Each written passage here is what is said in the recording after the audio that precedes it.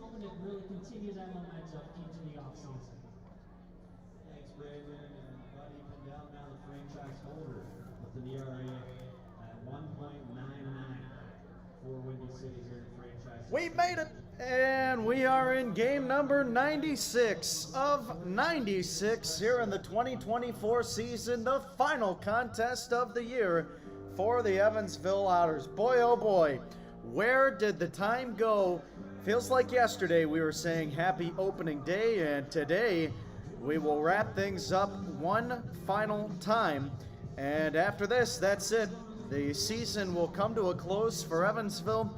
They are not going to make the playoffs this year, so trying to finish the season off strong against the Windy City Thunderbolts here tonight at Ozinga Field in Crestwood, Illinois. And Evansville has had an up and down season this year, and we'll talk more about that later on throughout the rest of the broadcast and into the post-game show. But still a chance to go out on a high note, and we'll see what they can do here tonight on this gorgeous Saturday night just outside of downtown Chicago.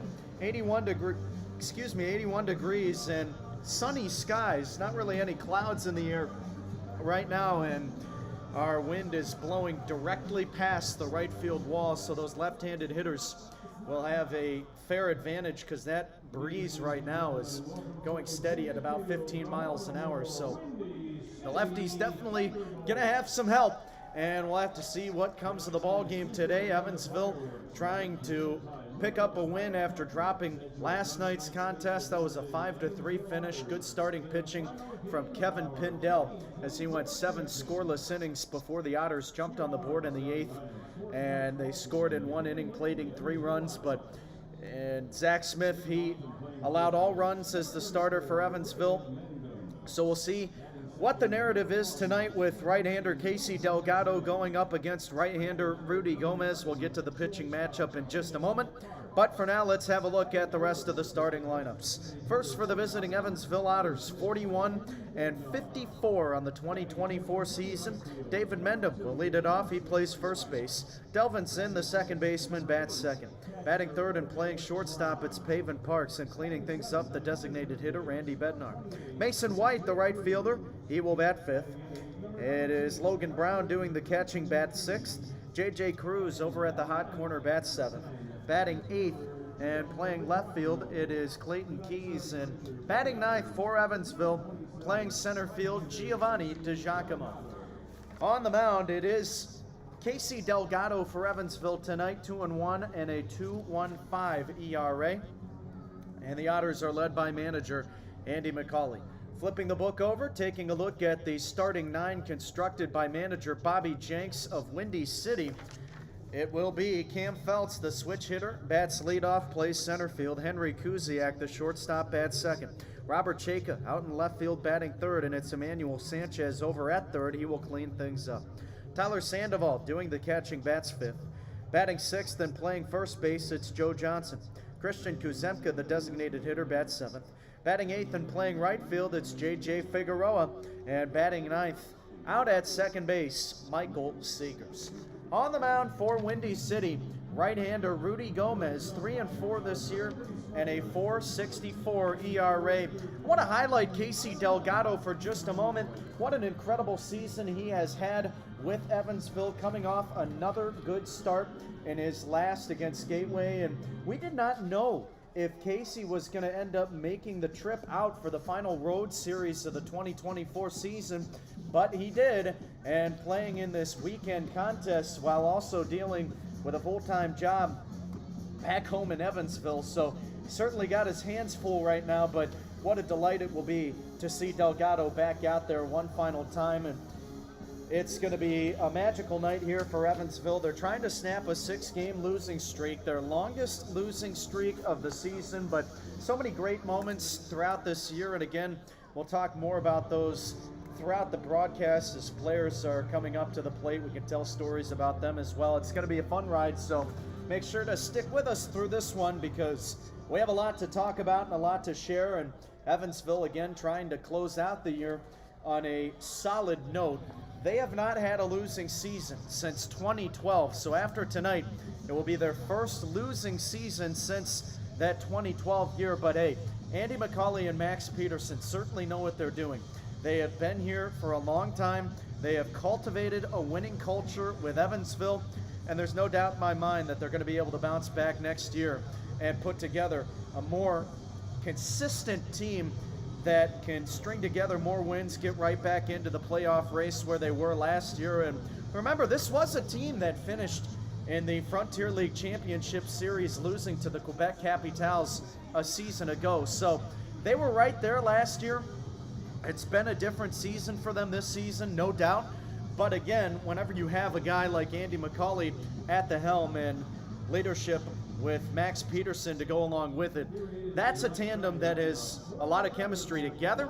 They know how to work together, and I firmly believe that they're going to retain the right pieces that are currently on the roster right now, and also for next year, they will be able to bring in some new talent with the new field of prospects that will be out ready to play in the Frontier League for the 2025 season. Again, we still have to get through tonight, so let's not get too far ahead of ourselves. But I know a lot of you are probably thinking right now that it hasn't been the season that Evansville wanted, and that's certainly fair. And I think all the players and coaches would agree with you.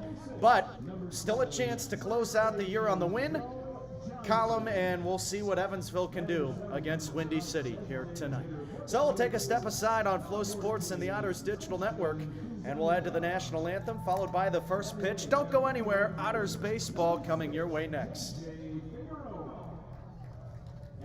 that night, number 2, second baseman Michael Seegers. Tonight's starting pitcher for the Thunderbolts is number 19, right-hander Rudy Gomez.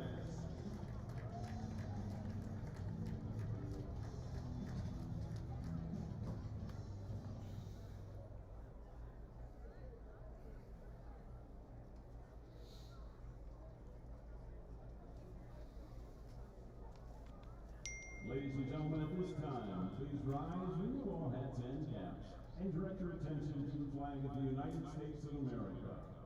Performed this evening by Lila O'Day, this is our national anthem.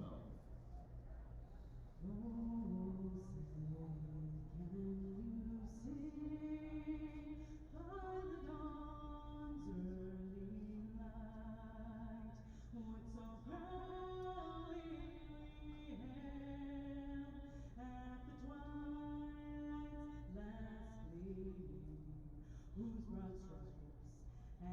bright stars through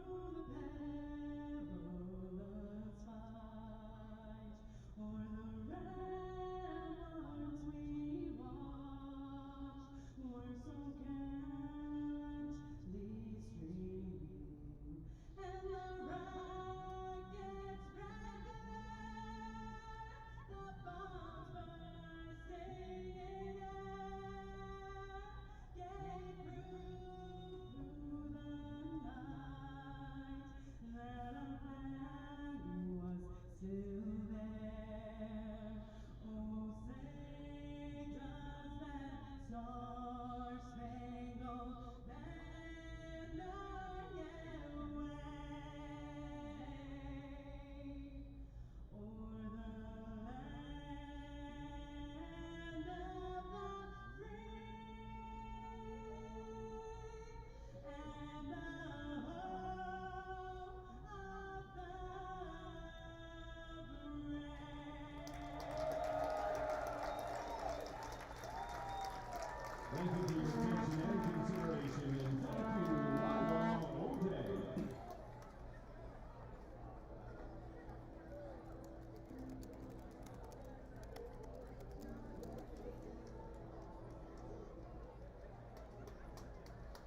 It's that time of the day again. Otters baseball coming your way for one final time here on Flow Sports and the Otters Digital Network. Game number 96 of the 2024 season, and we will conclude the year against the Windy City Thunderbolts here at Ozinga Field in Crestwood, Illinois. Greetings and salutations, everybody. Kyle Chandler joining you for the play-by-play. Ballpark dimensions here at Ozinga. Down the left field line, it marks 3:30 out to right field, 330 as well. It's a symmetrical ballpark here. 375 to the right and left center alleys, and to dead center, it is 390. Calling our balls and strikes, it is Tyler Melhop. Our first base umpire is Brandon Snyder, and it is Evan Kerr over at first base. Evansville 41-54 on the season, trying to close things out with a win. And for Windy City, they are 39-56. So both teams in the bottom third of the West Division. No playoff implications for this game, just a lot of pride, and we'll see if Evansville can go home on the bus ride back to Evansville tonight happy and trying to snap a 6-game losing streak. They dropped last night's contest by a final score of 5-3, and the offense was just a little bit slow to get going. They did not score until the 8th inning, and they scored 3 runs then, but great starting pitching from Windy City yesterday. We'll see if the Otters bats can get after Rudy Gomez, who's on the mound tonight, a 3-4 win-loss record and a 4.64 ERA. Leading off for Evansville, it will be the first baseman, David Mendham. He bats left-handed. Mendham, a .312 batting mark, 5 home runs, 49 RBIs, and 46 runs scored. So Gomez will work down the middle of the mound. He leans in, getting the sign from the catcher, Tyler Sandoval. He comes to the set. From the stretch, he kicks and deals the first pitch of the game. Swung on, a ground ball hit to second. Mendham heading to first, but the throw will beat him there from Michael Seegers. We're underway here at 6:06 p.m. So immediately 1 pitch, 1 out. And now that'll send up the second baseman, Delvin Zinn. Zinn batting .245 this season. 1 home run, 14 RBIs. Number 3, second baseman Delvin Zinn. His first pitch is looked at for a strike, and the count is 0-1.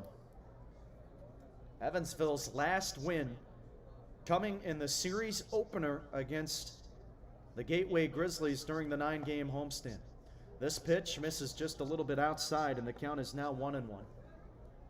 And what a good feeling it would be to close out this season in the W column.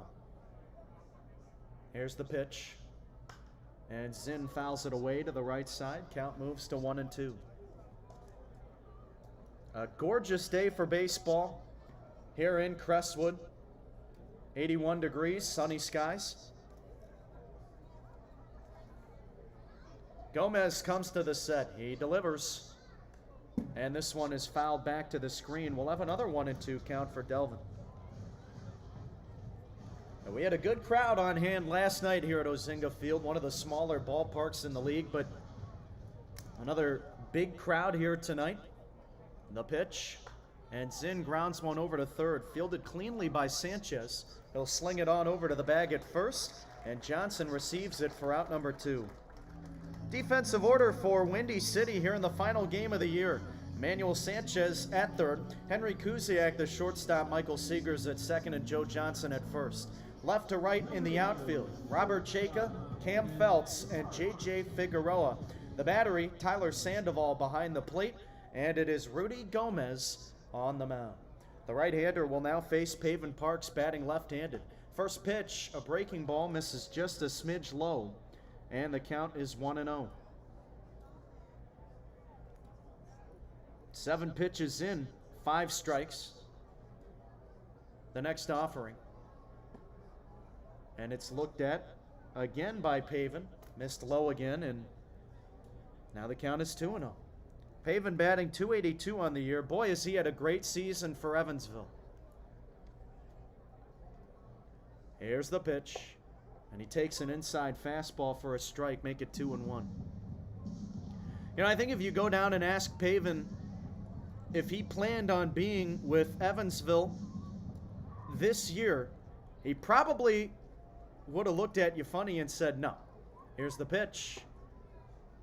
Misses a little bit in on another heater, and it's 3-1. But life is funny that way, and Pavin began his year down in the Mexican League, then went over to the American Association. But here with Evansville, he's been great. He takes the next pitch downstairs, ball 4. Another heater missed low. And it's a 2-out base runner for the Otters. And Pavin has been a big blessing for this Otters order. He's been a mainstay toward the top half of the lineup, and he's displayed good power this year. Here's another guy that has displayed good power, Randy Bednar. Bednar, the designated hitter tonight, batting right-handed, was 3 for 4 yesterday. Here's the pitch to him. Breaking ball in the outside corner, a strike. It's 0-1. No score, top of the first inning. Gomez, a look to first, now comes to the set. He kicks and fires home. Bednar slashes it back to the screen, foul. The count is 0-2. Randy, 13 home runs, 47 RBIs, and 60 runs scored. He's been another mainstay here in this lineup, and although Bednar did not see action on opening day, the Otters signed him right after, and he's been another guy in there almost every game. He takes the 0-2 pitch, a breaking ball, misses outside and low, and will do it at a ball and 2 strikes. I believe Bednar will be heading back to Maryland after the season concludes to go do some coaching out there. The 1-2. And he takes strike 3, another breaking ball. Nice bender from Gomez. And that will do it here in the top of the first inning. Parks, a 2-out walk, does no damage for Evansville. And Windy City coming to bat for the first time, one final time, when we come back on Flow Sports and the Otters Digital Network.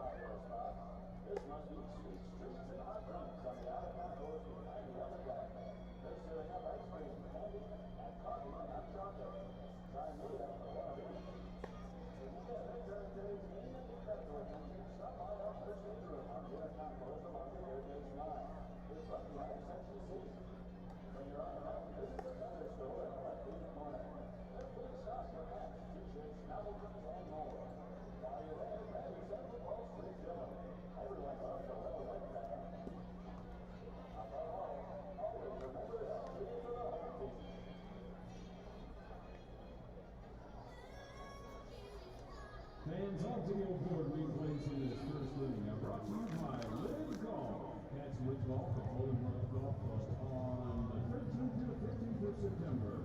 See John Rahm, Ian Smith, Bryson DeChambeau, and others in a 3-day battle to crown the new individual champion. 54 players, 3 days, 1 prize. For tickets, go to livegolf.com. That's LIVGolf.com.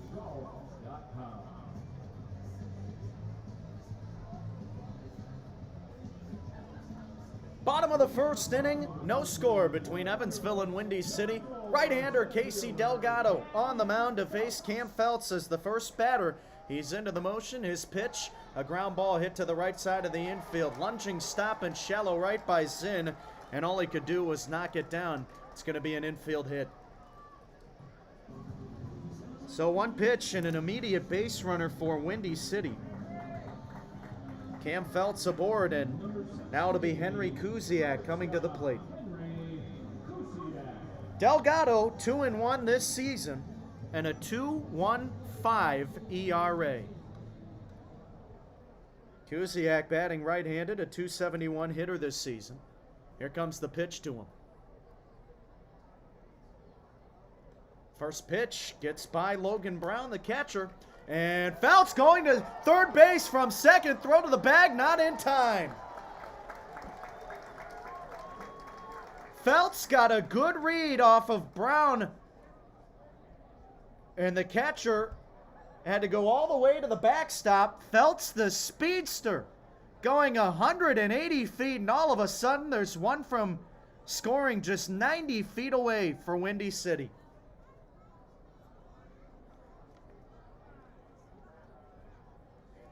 So now Delgado at the set deals, and here's the line drive to left. Base hit, 1-0 Windy City. An RBI single for Henry Kuziak. And for the second night in a row, the Thunderbolts draw first blood in the first inning. Well, yesterday it was Zach Smith who gave up a trio of runs in the first frame, and that set the tone for the night. We'll see how Delgado works around the wild pitch. And now batting, it's Robert Chayka. First pitch on the way. It's fouled back over the screen and out of play, 0-1. Tonight's foul balls are brought to you by Jallaway Glass. If it's broken, they can fix Well, it. Jallaway you have to be aware when the second guy in steals in the Frontier League is on base. The pitch misses maybe a little bit outside, and the count is 1-1. And as the catcher, you have to get on your horse as fast as you can to get back to the backstop to make sure that something like that doesn't happen. Here's the next offering. Fastball misses high and in. 2 balls and a strike. Delgado, a 4-seam fastball, 2-seam fastball, cutter, slider, changeup. Feltz went from first to third on one wild pitch. The next delivery, breaking ball on the outside corner, called strike 2. Chayka batting .241 this season. 3 homers, 38 ribbies. The right-handed hitter, his back foot all the way on the back line, swings at the next pitch, pops it up, out towards second base. Delvin Zinn has a beat on it. And Chayka's out number 1.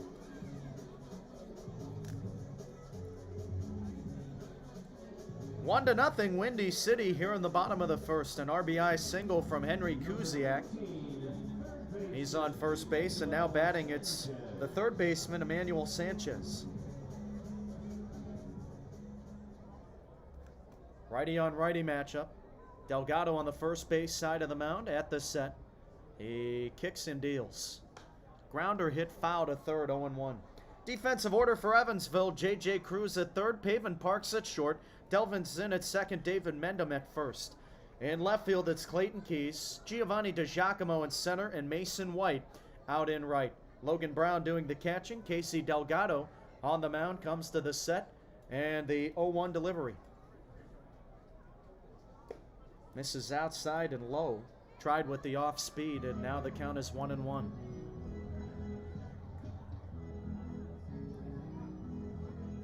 Whenever you get a guy like Feltz on base as a leadoff hitter, oh, it's deadly.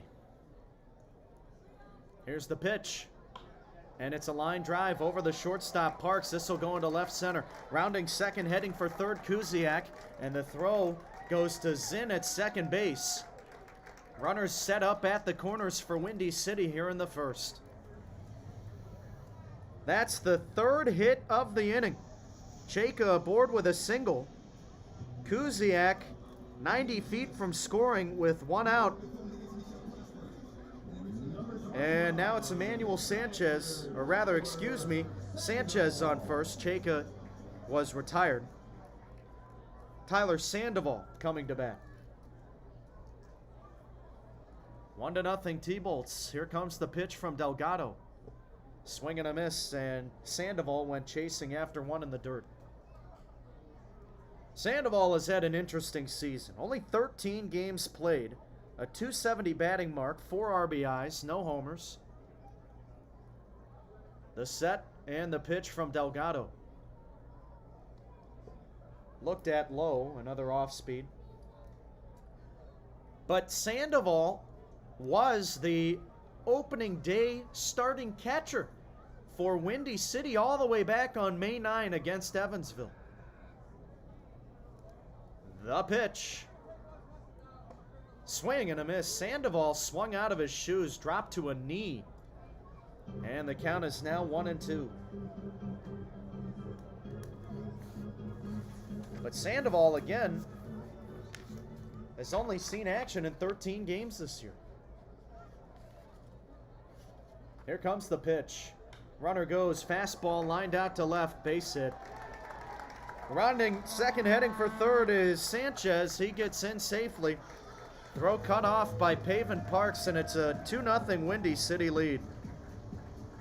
Kuziak scores an RBI single for Sandoval. Number 7, first baseman Joe Johnson. And the Thunderbolts with more early damage done in this series. Evansville has struggled against Windy City here at Ozinga Field this year. In fact, they're winless in 5 games. Here comes the pitch from Delgado. And it's looked at outside by the first baseman, Joe Johnson. Count is 1-0. Johnson swinging left-handed, a .229 average. He's got 6 home runs and 46 RBI. Here's the pitch. He watches it low. Count moves to 2-0. Delgado has been exquisite in the Frontier League this season, but some early trouble here. Windy City already with a quartet of hits. Now the pitch. Swing and a miss. And the count is 2-1. Johnson has been a regular for Windy City this year, and you can't say that about everybody in this lineup. A lot of transactions this year for Bobby Jenks. Next offering. Tapped fair down the third baseline, a swinging bunt, but oh my goodness, the English yanked it foul. That ball took a 90-degree turn across the third baseline.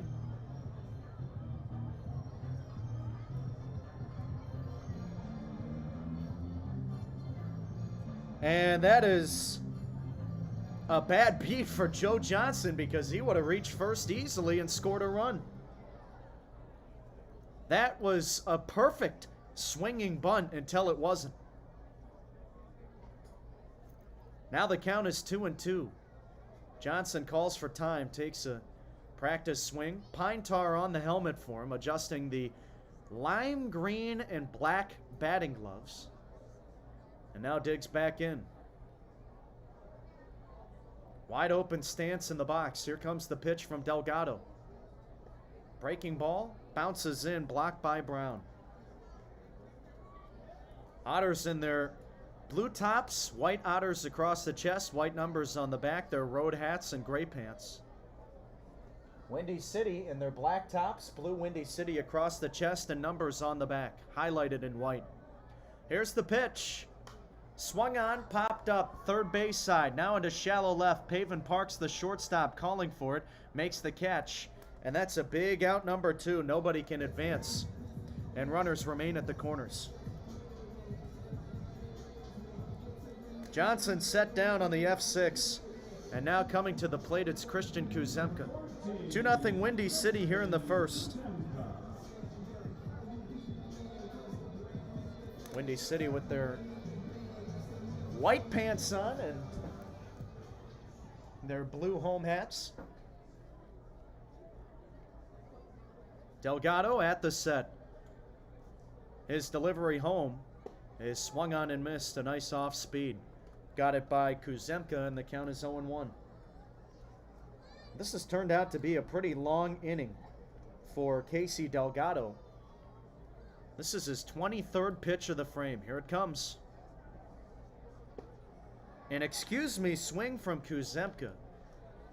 Couldn't fully commit. The pitch would have missed outside and low, and now the count is 0-2. Delgado has favored the spinner early, staying away from the heater. He delivers. And it's outside. Nice backhanded pick by Brown to save a run.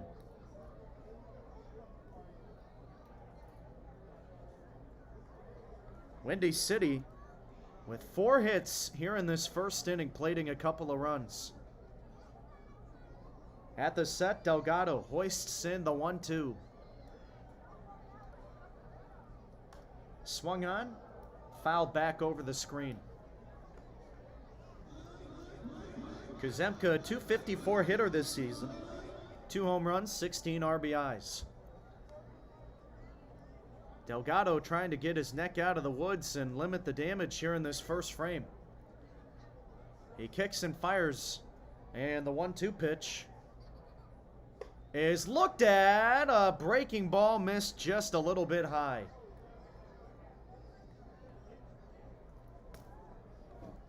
Thought that one was gonna spin back into the zone, but not enough rotations on the baseball.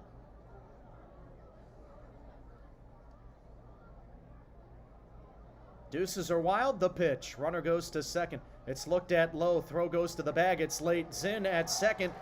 Pump faked home, but all he could do was watch as Sanchez will come in to score.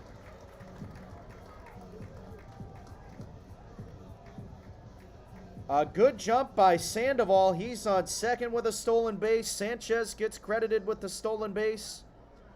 And now it's 3-0 Windy City. The exact same start that they had a night ago. Here comes the payoff pitch from Casey. Fastball inside, it's a walk, and this lengthy first inning will continue. Zach Smith threw over 30 pitches in the first inning yesterday. And Casey Delgado tonight has thrown 28 pitches already.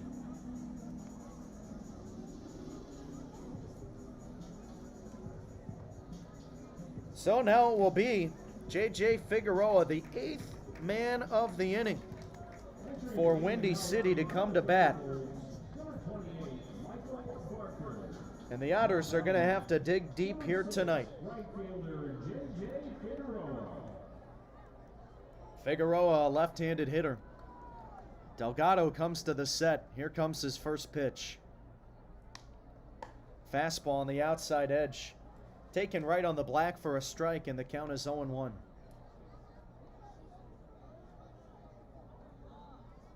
Infield back, outfield medium deep. Shadows in effect here at Ozinga Field. Now the pitch. Grounded foul to the first base side. It's quickly 0-2. The shadows are scattered all over, taking up most of the infield. Couple of streaks of light mixed in and taking up portions of the outfield. Clayton Keys, the left fielder, in a shadow. Mason White, the right fielder, right behind one. Here's the pitch. And it misses outside.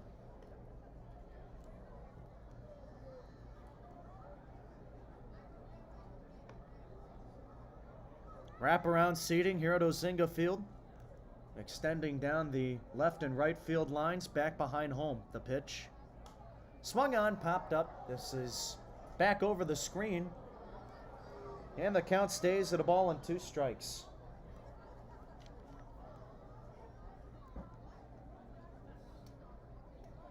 And where else would you want to spend game 96 other than at the ballpark, seeing these two teams duke it out one final time? Delgado ready. A look to second, he comes home. Swung on a ground ball to first. Off the bag, nice play by Mendham, adjusting to the bad hop. Almost kicked to the side of him, but a backhanded snare, and Mendham able to run over to first and retire Figueroa. So that'll do it here in the first. Windy City plates 3, and they lead it 3-0 over Evansville on Flow Sports and the Otters Digital Network.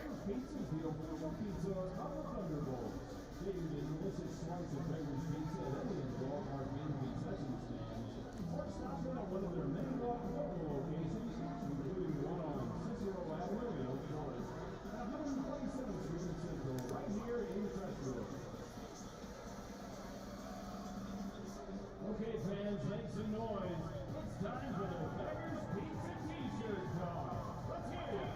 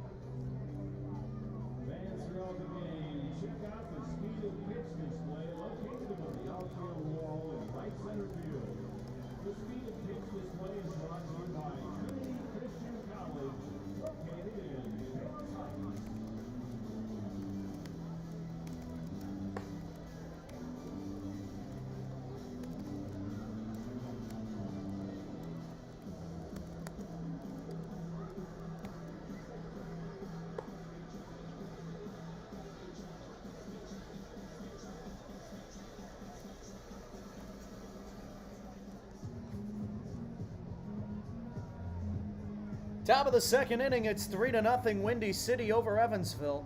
And leading off for the Otters, it'll be the right fielder, Mason White.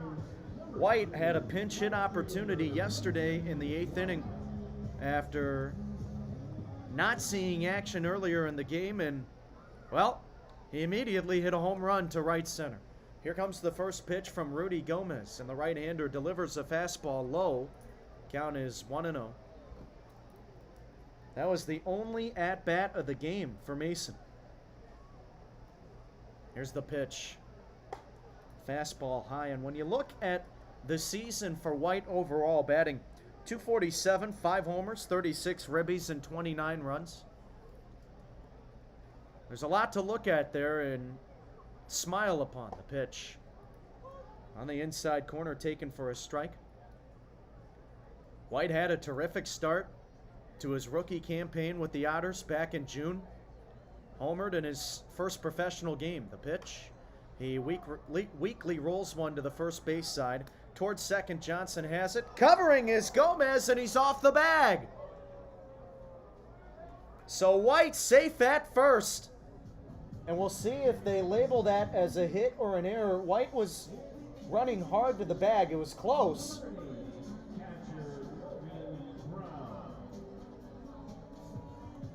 It's a bit of an awkward throw, a quick turn for Johnson, the first baseman, and the replay's a little blurry. So here's Logan Brown, runner on first for Evansville. First pitch, grounded foul to the first base side. And the count is 0-1. And they're going to say that it was a single. So no error charge to Windy City, and White aboard first. At the set, Gomez deals home. Brown takes a fastball on the outside edge, strike 2. Going on about Mason White. He had some struggles throughout this season, falling into a couple 0 for 20 plus slumps with the bat, but again, he was able to display a lot of good signs as well. The pitch. Fastball misses away, 1-2. He's clearly a guy that has gap-to-gap ability, can hit the ball over the fence. And for a guy like Mason next year in his sophomore season as a professional, it'll be for him about building consistency, dealing with those tough times mentally. Next pitch, swing and a miss. He goes to second. Throw from the catcher, Sandoval, and it's late. It's a stolen base. And that's the other thing that White can bring to the table is his speed. That's stolen base 17 for him this season. Brown recorded his out number 1 here in the top of the second. Windy City leading at 3-0, and coming to the plate, it's J.J. Cruz. But we wish all the guys down there the best, no matter where they end up next season. First pitch misses inside. And there's just no way to tell where anybody will go next year. Some guys have expressed interest in coming back. Gomez deals, and this pitch is lined back to the screen foul. It's 1-1.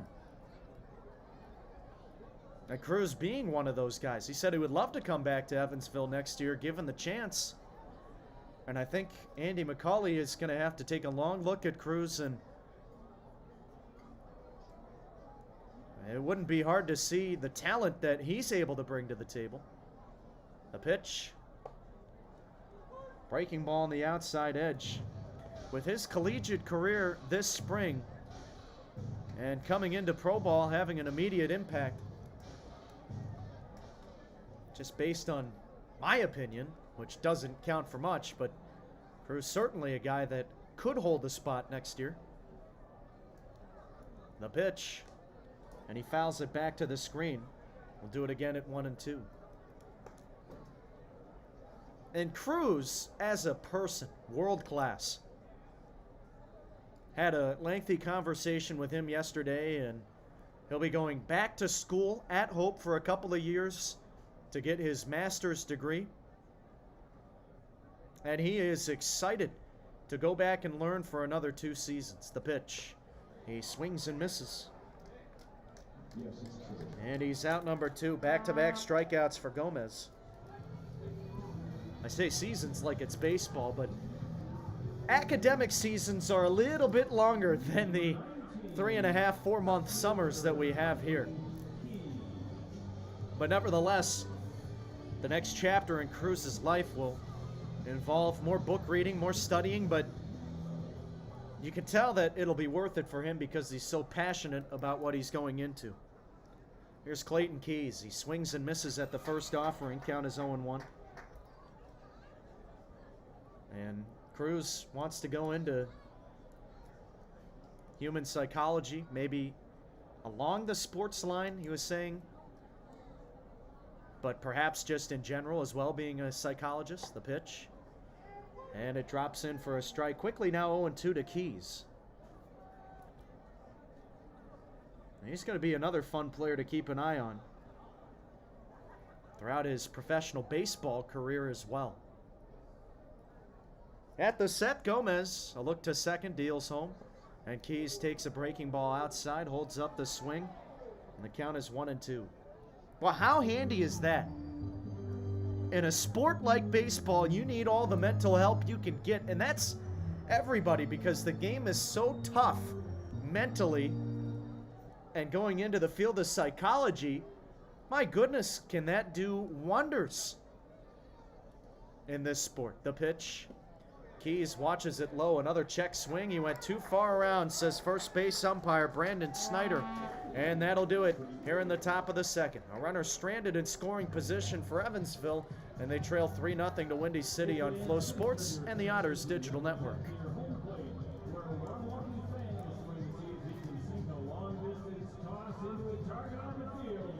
To win an entire year's worth of free play from Jacob Busters. And now to tell you all about it, here's Bill. Hey Steve, thank you very much. Thanks for being here, folks. Last day of the season. We're having a lot of fun. This is Fernando. He is from Chicago. Here's what we're going to do, Fernando. We're going to give you 5 fastballs. You get one into that trash can. You're going to the year's worth of free play from Jacob Busters. You're relaxed a little bit. You have to get a flag on about the count too, okay? All right. Fernando, first shot. Here we go. Good luck. A little strong. It's okay. A lot of wind up there. All right, so it's a little off of it. Number 3. Number 4.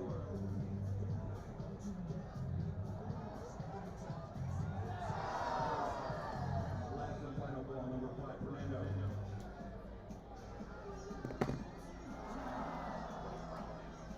I've got one more ball, folks. Did you get to it?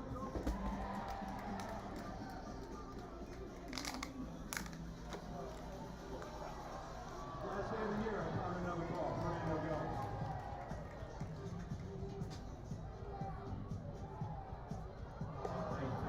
This is my last ball, okay? All right, here we go. Get in there. 9-1-2 in the order for Windy City here to begin the bottom of the second inning. Casey Delgado back on the mound. He pitched 33 pitches in that first frame, 20 strikes. It's a 3-0 Windy City lead as the Thunderbolts garnered those trio of runs on 4 hits.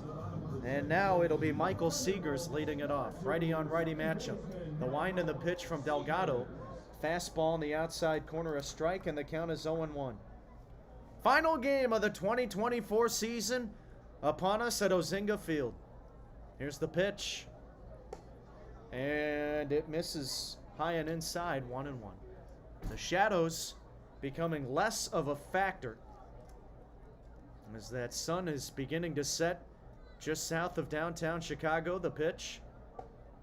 And this drops in a nice breaking ball for strike 2.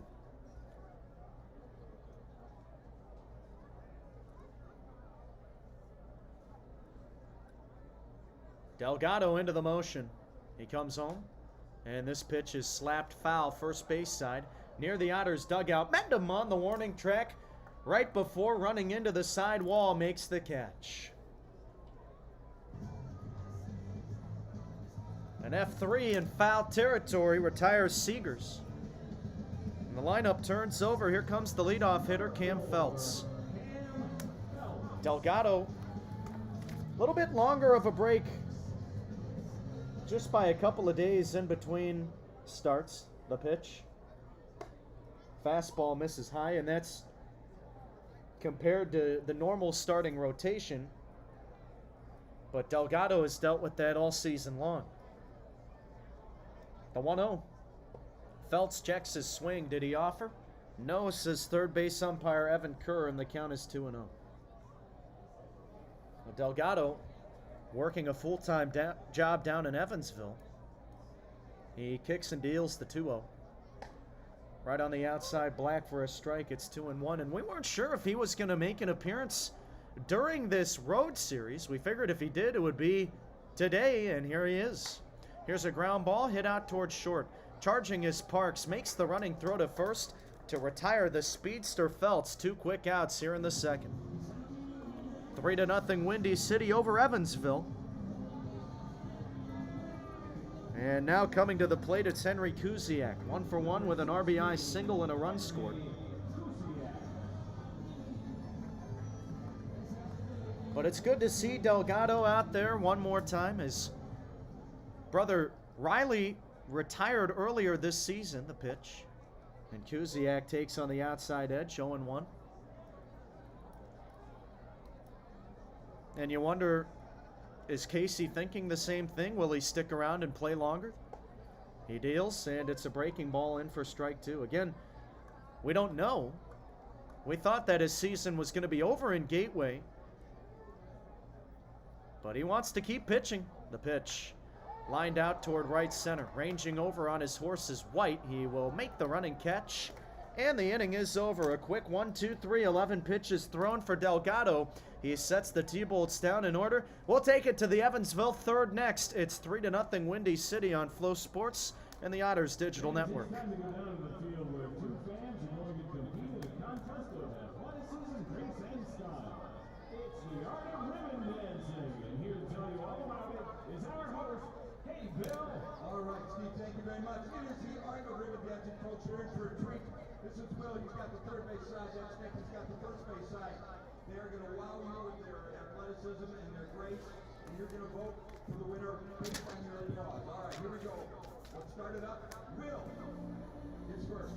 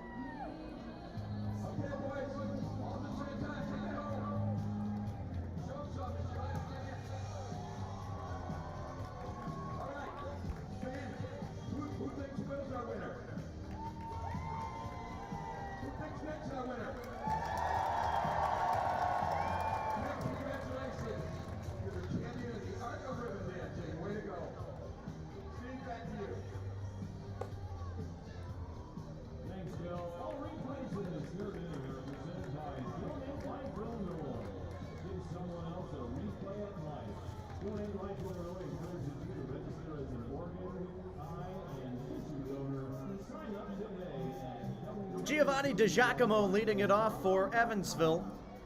Top of the third inning, it's 3-0 Windy City, and we'll see if the Otters offense can get going facing right-hander Rudy Gomez. On the mound, he kicks and deals from the stretch. Fastball launched in the air, high and deep toward right center. Feltz, the center fielder, on his horse. He's onto the warning track and makes the catch. 1 pitch, 1 out. DiGiacomo gave it a ride, just a few feet shy of his first home run of the year. Instead, he's out number 1 here in the third. 32 pitches and 21 strikes for Gomez through his first 2 innings. Saw 4 batters apiece in the first and second frames. Evansville stranded a runner in scoring position in the second. Now batting, it's David Mendham. He takes a strike, and the count is 0-1. Mendham opened the game on the first pitch with a ground out to second. Gomez kicks and deals. And Mendham takes a close pitch, maybe missed a little in. Make it a 1-1 count. Infield playing way deep, except for the third baseman, Emmanuel Sanchez. Next pitch to Mendham, fastball in. Sanchez playing just a few feet behind the third base bag and pulled a little towards second. But Michael Seeger's the second baseman in shallow right field. Here it comes to Mendham. He fouls it away, and the count is 2-2. 3-0 Windy City. And they did all their damage in the first inning once again, same as yesterday.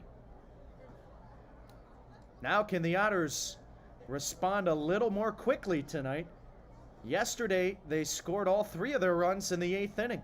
Other than that, crickets in the score column. The pitch.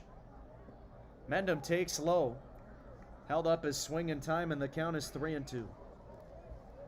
We always talk about players that may or may not come back, or at least we have recently with the season winding down. And I'm sure Andy McCauley hopes that David comes back next year if he doesn't go to a higher league. The pitch. Swing and a miss. And he strikes out as out number 2.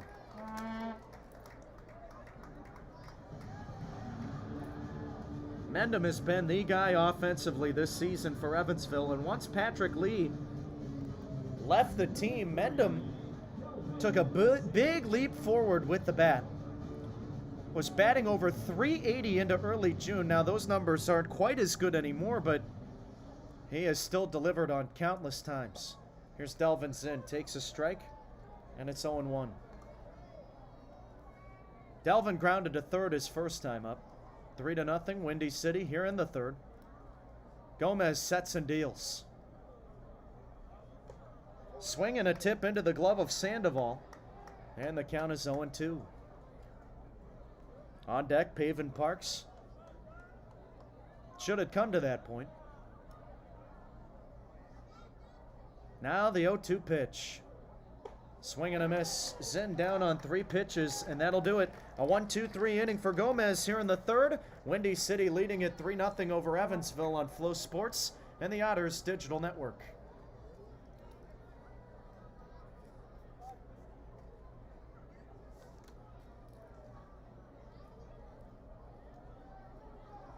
May I turn your attention to the first base concourse as Trinity Christian College presents a home run enemy. We have one client in the first base concourse who has been selected for a chance to win $250. Our Trinity Christian College man of the game is T.F. from Oak Forest. Here's Bill. Thanks, Steve. Hey, everybody, this is Tia from the Oak Forest. Tia, congratulations. You've been chosen out of this entire crowd to be the Trinity Christian College fan of the game, which is cool in itself. But here's the kicker. If the ThunderBolts hit a home run here at the bottom of the third inning, you, Tia, will go home with $250 in cash, courtesy of Trinity Christian College. All right? So, you came to a ball game, you didn't expect this. What are you going to do with your newfound fortune if you win? Well, I just had a baby, so probably spend it on chocolate diapers.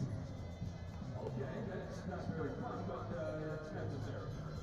Okay, here we're going to stand here, we're going to get you drinking your choice, and we're going to root on the ThunderBolts here in this final home game of the 2024 season. All right, yeah, everybody, to the Trinity Christian College fan of the game, and who wants some t-shirts? I think they will get a throw up there from the dugout. Take it away, guys.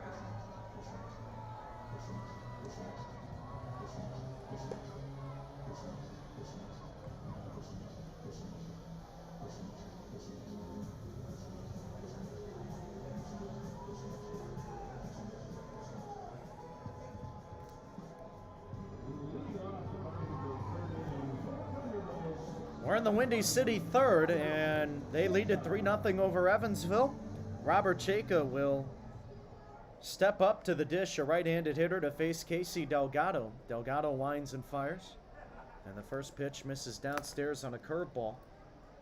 Count is 1-0. 44 pitches, 28 strikes through the first 2 innings for Casey. Settled down, working a 1-2-3 in the second. Into the motion, he delivers.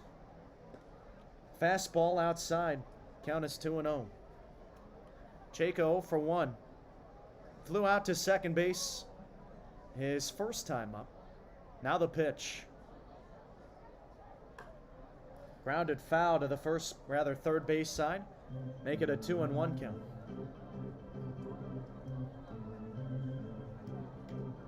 Windy City doing their damage in the first inning. On 4 hits. The pitch. Another ground ball hit third and foul. Now it's 2-2. Jacob 1 for 4 yesterday with a 2 RBI double. The pitch. Breaking ball. Just a little bit inside. Delgado flipping his arms up saying, where did that one miss? And now a late strike call from Tyler Melhop. Logan Brown was ready to throw to third, and he paused, saying, hey, Blue, are you going to call it? And then Melhop, I believe, said that Chayka went too far around on the check swing. So he's out number 1. Now batting, it's Emmanuel Sanchez. First pitch in there, a called strike, and it's 0-1. Well, whether or not Chayka went too far around with the swing, that was strike 3 regardless. Here's the pitch. Misses outside and low, make it 1-1 now.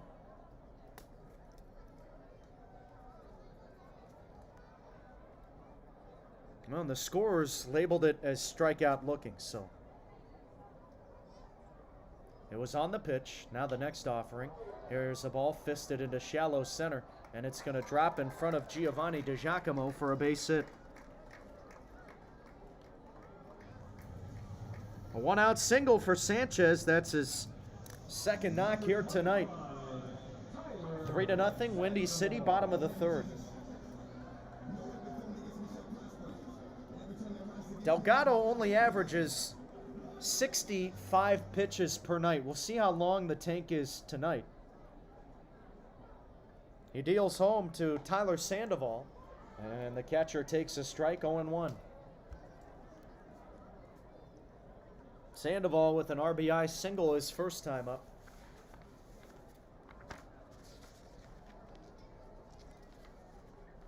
Delgado delivers. Ground ball chopped to third. And it's snared by Cruz. His only play is to first. Makes the running throw while moving towards second. Able to retire Sandoval, and that's out number 2. So fun watching JJ over there at the hot corner, and he shows such good range. The interesting thing is about Cruz, he never really played third base. In college, he was primarily at Hope a second baseman and a first baseman. Now batting, it's Joe Johnson. First pitch on the way. Breaking ball, a called strike, it's 0-1. And this is new territory to Cruz. Well, he has handled it really, really well.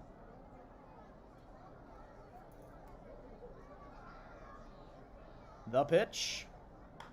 Ground ball hit back over the mound. This goes into center field. The base hit. Rounding third, trying to score Sanchez. And the throw goes back into the infield. Zinn bouncing the ball on the turf like a basketball. Not happy. I don't know if that's with himself. He dove after the baseball on the hit from Johnson, but couldn't come up with it.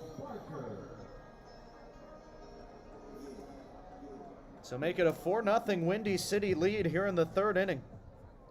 Sanchez touches the plate. Johnson with an RBI single. First pitch, swing and a miss for Christian Kuzemka.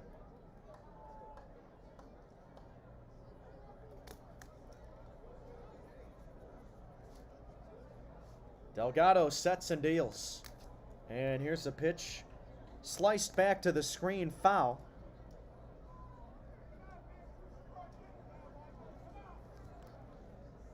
That's RBI number 47 of the year for Johnson. Kuzemka, 2 for 3 day yesterday with a double and an RBI. The 0-2 delivery. Checked his swing. Did he go around? No, says third base umpire Evan Kerr, who has on the second base side behind the mound.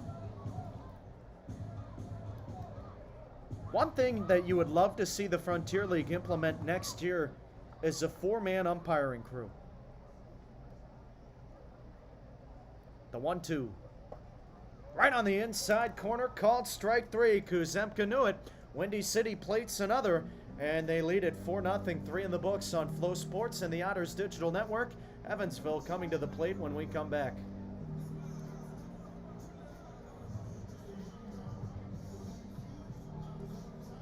Fans are going to sit it down and go for a moment to check on the home run inning. Thanks, Steve. See if we didn't win. I don't know if anybody told you, but no home runs. But congratulations, you're going to go home with this commemorative t-shirt courtesy of our good friends at Trinity Christian College. And thanks to them for a whole season of home run inning, which we gave away $500 this year. So, see everybody. You're going to go enjoy the rest of your evening, folks. You're a Trinity Christian College fan of the game. Back to you, Steve. Thanks, Bill. Hey, ThunderBolts fans, we would like to recognize all of the groups attending tonight's game. Here we go. The Simmons family birthday. The Romeo group. The Alexander group.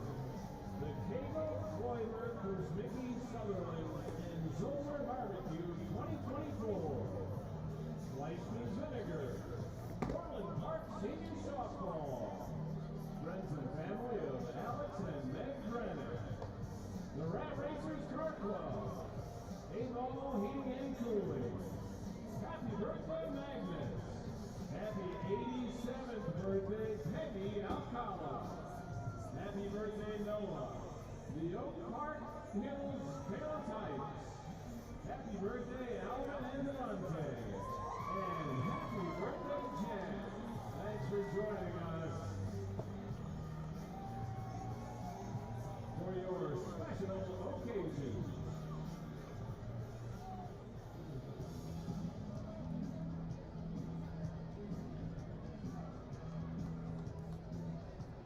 Leading off the top of the fourth inning for the Otters. Rudy Gomez back on the mound here in the top of the 4th inning.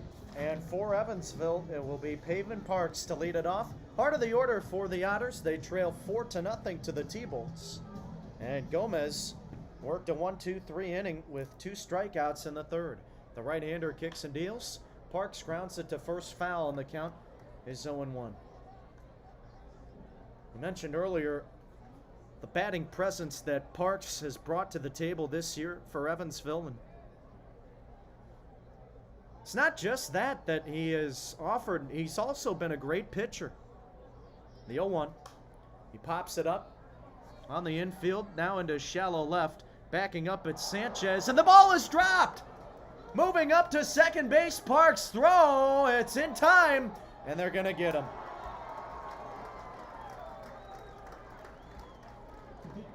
A miscommunication between Emmanuel Sanchez and Henry Kuziak, but it didn't matter. And Parks slowed up at first base, thinking that ball was going to be caught, so when he tried to go to second, the ball was picked up and thrown back in. And Parks is out number 1. So now batting, it'll be Randy Bednar. They're going to mark it down as a single. That was Sanchez with the throw over to Michael Seegers, the second baseman, at the bag. First pitch to Bednar. Misses high on a fastball, and the count is 1-0. So, again, officially, it goes down as a single with a 5-4 put out at second base. Here's the pitch, and it's fouled to the right side. This is hooking out of play. Now it's 1-1 for Randy. Time called. And Gomez has been putting together a really nice start so far. He spent some time in the MLB Draft League, and that was last summer with Williamsport. Actually saw action with 2 different clubs. He deals the 1-1, and this is popped, foul territory, first base side, ranging over Johnson, but this will land in the seats. 4th row, it's a souvenir. Now it's 1-2, and this is Gomez's first year in an independent league.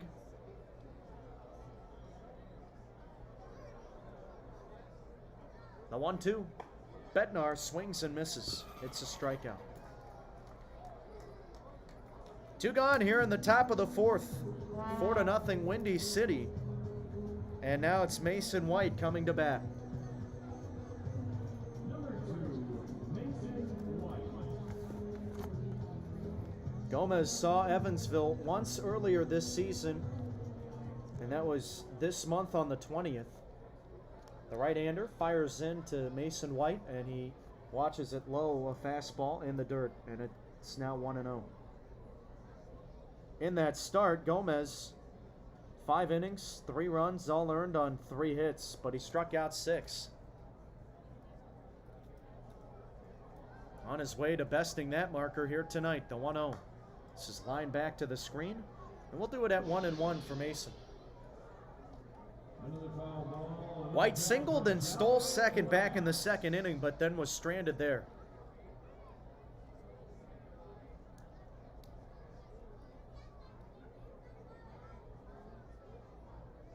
Here comes the pitch.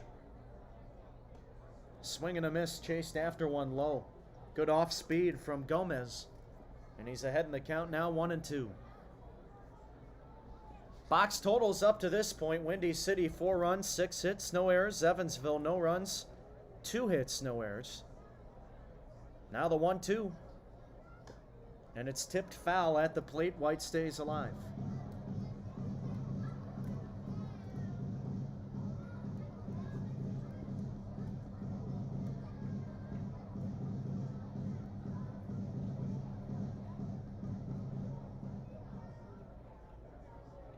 Gomez sets and deals. And White hits it hard, high and deep to left, or rather right field. Figueroa looking up. This is off the wall. It's going to be extra bases. Cruising up into second base, it's Mason White, and he's got a double. A 2-hit game and as many plate appearances tonight. Down in the count, 1-2, and that was a short and sweet stroke of the bat from Mason. Kept the hands inside the baseball, just flipped the barrel around and let the speed of the bat do the work that time. And now it's Logan Brown batting. He takes a strike, and the count is 0-1. Brown 0 for 1. Struck out his first time at the plate. Here's the pitch. He fists one over to short. A line drive caught by Kuziak. And the top of the 4th inning comes to an end. Gomez continues to stay sharp tonight. It's 4-0 Windy City over Evansville. Middle of the 4th next on Flow Sports and the Otters Digital Network. Hey fans, get out your sunglasses and beach towels because it's time for a ThunderBolts beach party. Sponsored by Indiana Beach Amusement and Water Park.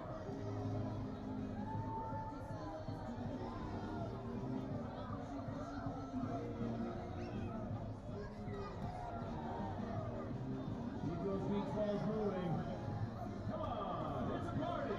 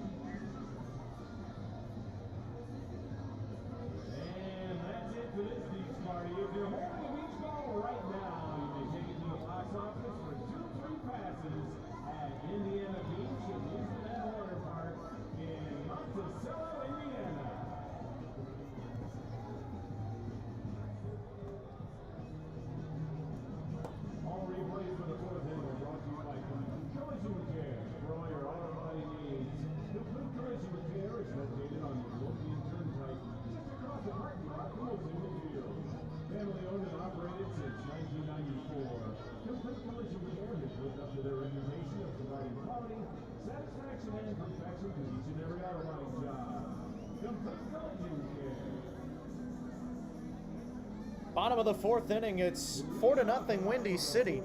Casey Delgado back on the mound, and he will face J.J. Figueroa. First pitch runs inside, and Figueroa has to get out of the way. The count is 1-0. They had some beach balls thrown around the stands here at Ozinga Field in between the innings. Into the motion. Now the 1-0. And it's a breaking ball that misses downstairs. Well, they better hope that none of those beach balls get onto the playing surface. The pitch. And this time it misses a little low. Now it's 3-0. We could have another Austin Hayes beach ball murder scene. The pitch. Breaking ball low. Oh, a 4-pitch walk for Delgado. And that'll send Figueroa down to first. Delgado, 64 pitches, 40 strikes. Oh, come on, don't tell me you don't know Austin Hayes and the beach ball incident at Fenway. A ball went onto the field and Hayes, the outfielder, destroyed it. Now batting, it's Michael Seegers. He squares the bunt, pulls back, pitch missed a little bit high, and the count is 1-0. 4-0 Windy City. Bottom of the fourth.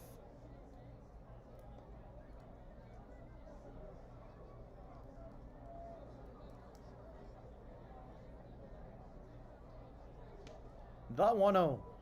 Another squared bunt attempt, and he pulls back. Delgado asking, where are these pitches missing?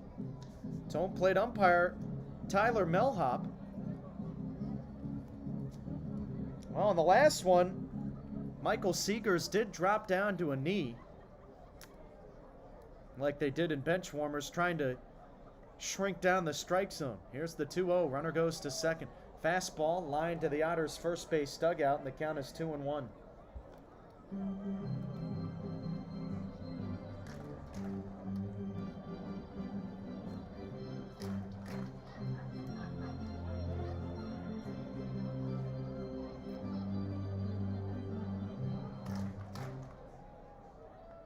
Runner on first, nobody out. Here comes the next pitch from Delgado. This is fouled away to the right side. And it's 2-2 now. Seegers 0 for 1, flew out in foul territory to first. 0 for 4 yesterday with a K, trying to snap a 2-game hitless streak.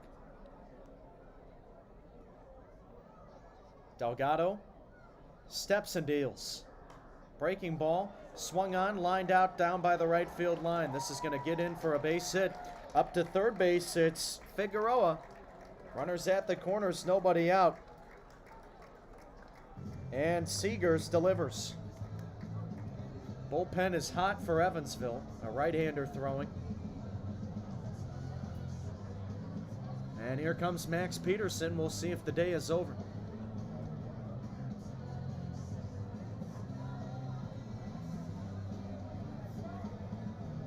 Delgado has struggled in this start, and we'll have a pitching change.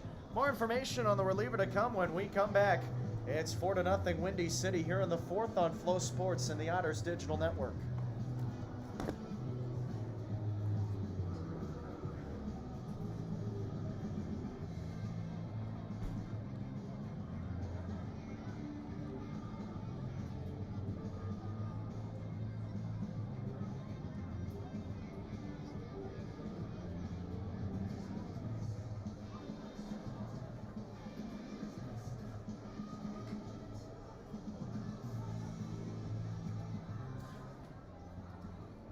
This call to the bullpen is brought to you by Julie. Digging on your property is no game. Go to juliebeforeyoudig.com. juliebeforeyoudig.com.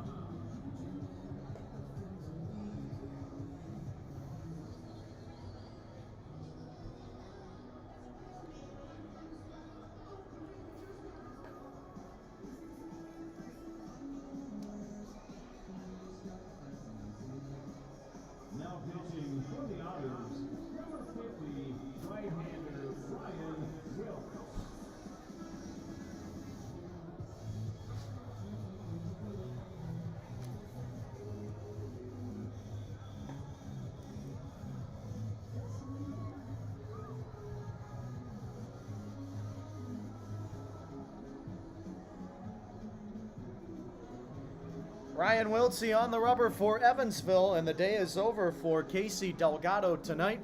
The situation Wiltsey inherits, runners at the corners. Nobody out here in the bottom of the 4th inning, and it's 4-0 Windy City. Not the day that Delgado was hoping for. Went just 3 innings tonight, giving up 4 runs, 7 hits, 2 walks, and 2 strikeouts. And the Otters have some serious work to do.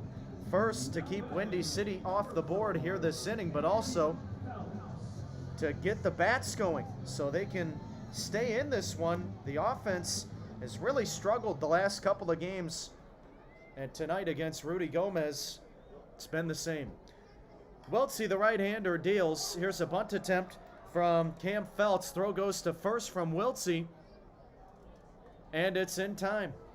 Nobody able to advance, and that bunt was right back to the mound off the bat of Feltz, which was a big plus because that did not allow J.J. Figueroa on third to advance any.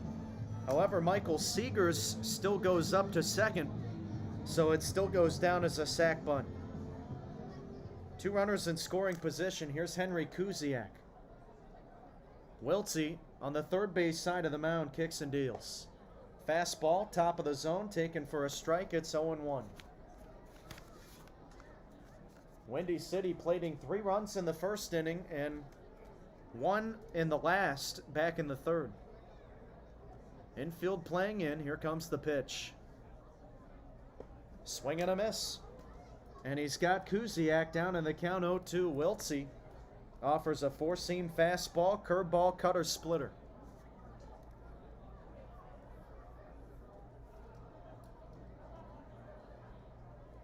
He sets, and he deals.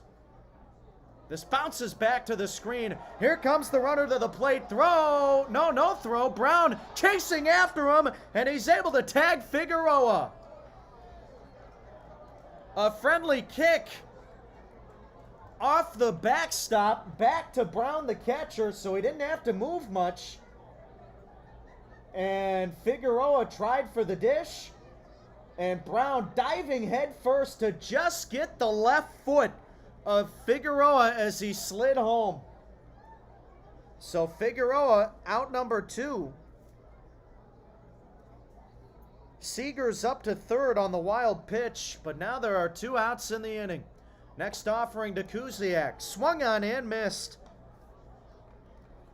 So somehow, Wiltsey plays Houdini and keeps Windy City off the board here in the 4th. That is huge for Evansville as they trail 4-0 on Flow Sports and the Otters Digital Network. 5th inning coming your way next. Here calling on the early action is Bill. Hey, Bill. All right, Steve. Everybody, that's Brayden. Here's the deal. We're going to race the whole plate. You can run. I can only walk, okay? Whoever gets their first wins, Brayden, if you win, you get whatever's in my pocket, including the money, okay? I'm real fast. I walk fast. I talk fast. You can't beat me. No shot. Here we go. On your mark. Get set. Go.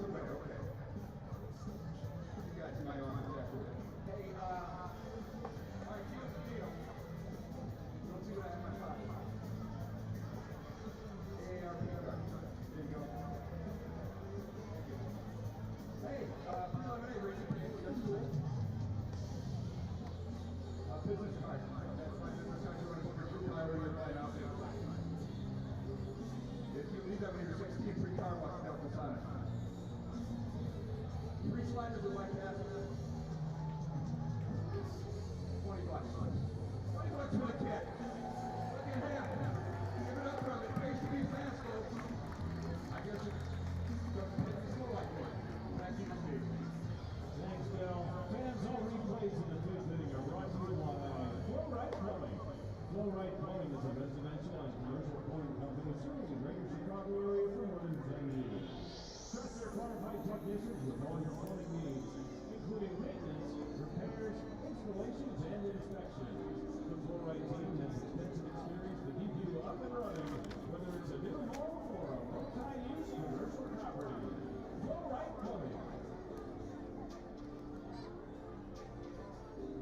Leading off the top of the fifth inning for the Otters, number 28, J.J. Cruz. J.J. Cruz leading it off for Evansville, the left-handed hitter to face Rudy Gomez here in the top of the fifth. First pitch on the way, and it's a spinner that misses inside. The count is 1-0. 4-0 Windy City. The damage could be worse, though, and a great job by the Evansville defense to keep the T-Bolts off the board in the fourth. Next pitch from Gomez. Fastball misses downstairs and in. Count now 2-0. Cruz 0 for 1, a swinging K his first time up. At the set, Gomez kicks and deals. And there's a strike at the knees, make it 2-1. Gomez has had his way with this Evansville order tonight, allowing just 3 hits and 1 walk. The 2-1. Cruz nubs one to the first base side. Joe Johnson, the first baseman, will underhand flip to Gomez covering. And Cruz is out number 1. That'll send up Clayton Keys. Well, just to put it into perspective, Gomez averaging just a base runner an inning. That's a 1-0-0 whip. Keys 0 for 1 with a strikeout. The pitch on the way. He hits it high and deep towards center. Cam Feltz on his horse. He's chasing it down, and he will make the catch right before crossing onto the warning track. Well, the Otters have hit a couple of balls hard tonight. Nothing to show for it, though, and Keys is out number 2. 5 pitches into this 5th inning. It's 4-0 Windy City, and Giovanni DiGiacomo comes to bat. Righty on lefty matchup. Gomez from the stretch kicks and deals. Fastball on the outside black. And the count is 0-1. Well, this is a different Rudy Gomez that we saw not too long ago. 11 days ago, to be exact. He deals, and here's a soft line drive. Base hit into left field for Giovanni. And he's aboard first with 2 outs in the 5th.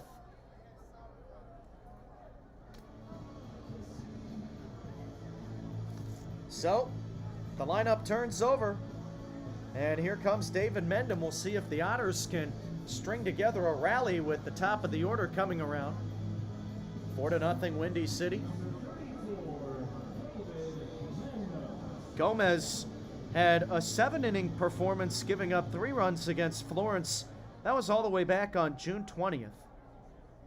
He kicks and deals. Runner goes on the first pitch. Taken high. Throw is way high from Sandoval. And that ball slipped out of his hand on the way to second as it went into shallow center. Good backup by Cam Feltz. And DiGiacomo in scoring position now after his 11th stolen base of the year. Gomez also had a 9-inning complete game shutout against Joliet back on July 21st. Here's the 1-0. Mendham fouls it away to the left side, out of play, and the count is 1-1. But if Gomez keeps it up at this rate, he has a chance to put another one of those best performances of the year together.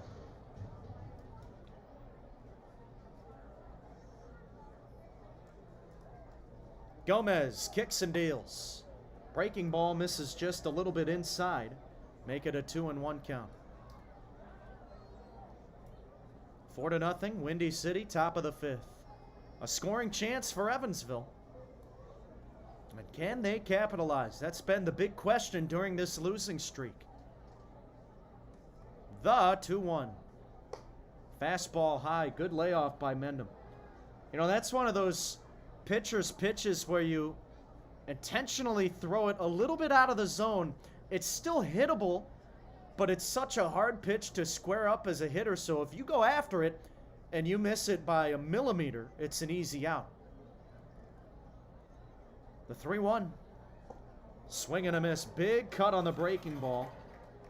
Mendham was trying to launch that over the Ozinga Field scoreboard in right.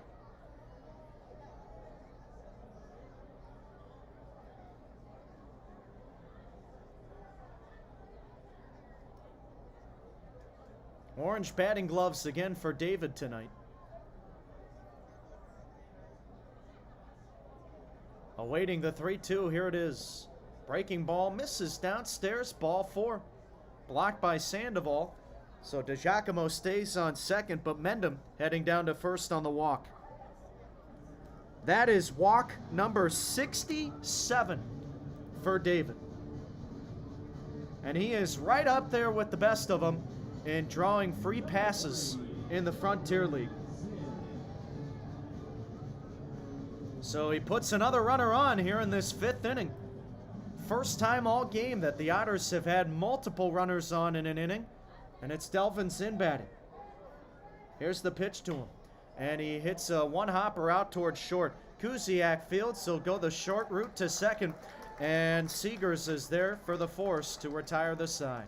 Middle of the 5th next, it's Windy City 4, Evansville nothing on Flow Sports and the Otters Digital Network. Hey fans, please turn your attention to the first base dugout, where we're going to see some fans can sing to their wings, courtesy of Hooters. Take it away, Bill. All right, thanks very much, guys. We're going to play some songs that we all know. We're going to play it. If you know it, raise your hand.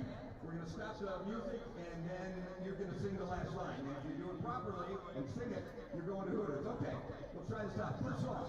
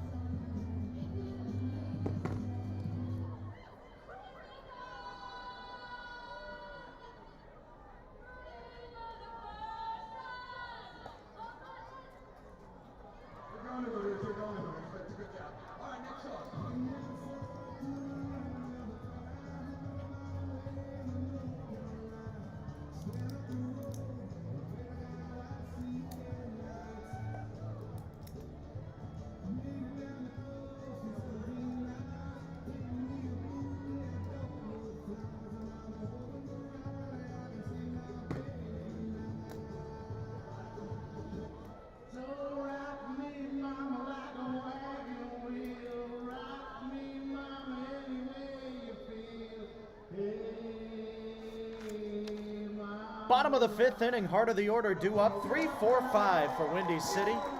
And back on the mound for Evansville, it's Ryan Wiltsey, 4-0 ball game. T-Bolts on top. First pitch from Wiltsey misses upstairs to Robert Chayka, and the count is 1-0. Windy City plating 3 in the first, 1 in the third. Here comes the pitch. And this just misses off the outside black. Close pitch from Wiltsey. But it's now 2-0 to Chayka. 0 for 2 tonight, a fly out and a strikeout. Into the wind, Wiltsey deals. Fastball misses upstairs. It's been a really fun 2024 season. Final game here tonight. And after this, we'll head to a long and lengthy offseason. The 3-0. Fastball, top of the zone. And it missed upstairs, ball 4. So Chayka heads to first on the walk, and that sends up the cleanup man, Emmanuel Sanchez.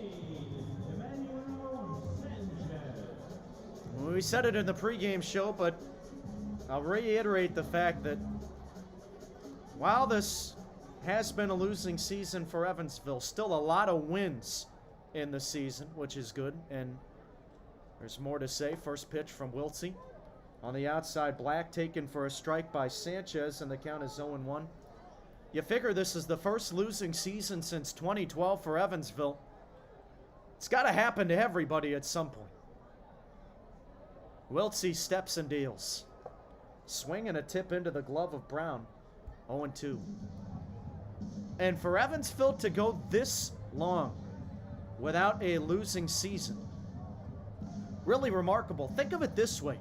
Windy City has only had 2 winning seasons since 2012, won in the 2012 season, and their last in 2017. Now the 0-2. Fastball way upstairs. 1-2 now to Sanchez. So for Andy McCauley and Max Peterson to go as long as they did with either 500 seasons or winning seasons, really, really remarkable stuff, and they have some great minds for the game of baseball. Here's the 1-2. Grounded foul to the third base side, picked up by Cruz. And it's 1-2 again to Sanchez. But because of their resume that they have been able to build up, Peterson has been with the club since 2014. McCauley has been with the club even longer. It leaves little doubt that they'll be able to rebound for next year. Here's the 1-2. Ground ball to the right side of the infield. Zinn can't get there, goes into right for a base hit. Sanchez aboard first. And you know what? I think this wonderful fan base maybe needs a little bit of that hope right now. For all the diehard Otters fans out there who have gone to the games at Bosse Field, who have tuned in on Flow Sports and the Otters Digital Network, because this is not a season that you guys are used to. But rest assured, Andy McCauley and Max Peterson know how to get the job done. First pitch to Tyler Sandoval is taken for a called strike. It's 0-1. Wiltsey's pitch right on the outside corner. Righty on righty matchup at the set. Wiltsey deals. Breaking ball drops in for strike 2. We've had some laughs this season. We've had some frustrating moments. We've had some games that Evansville should have lost and won. We've had some games where Evansville should have won and lost. Now the 0-2 pitch. This is swung on, lined into left field. It's going to get down for a base hit. Picked up down by the line by Keys. He throws it back into third, and Sanchez will get in there safely. Chayka comes in to score. It's an RBI single for Sandoval.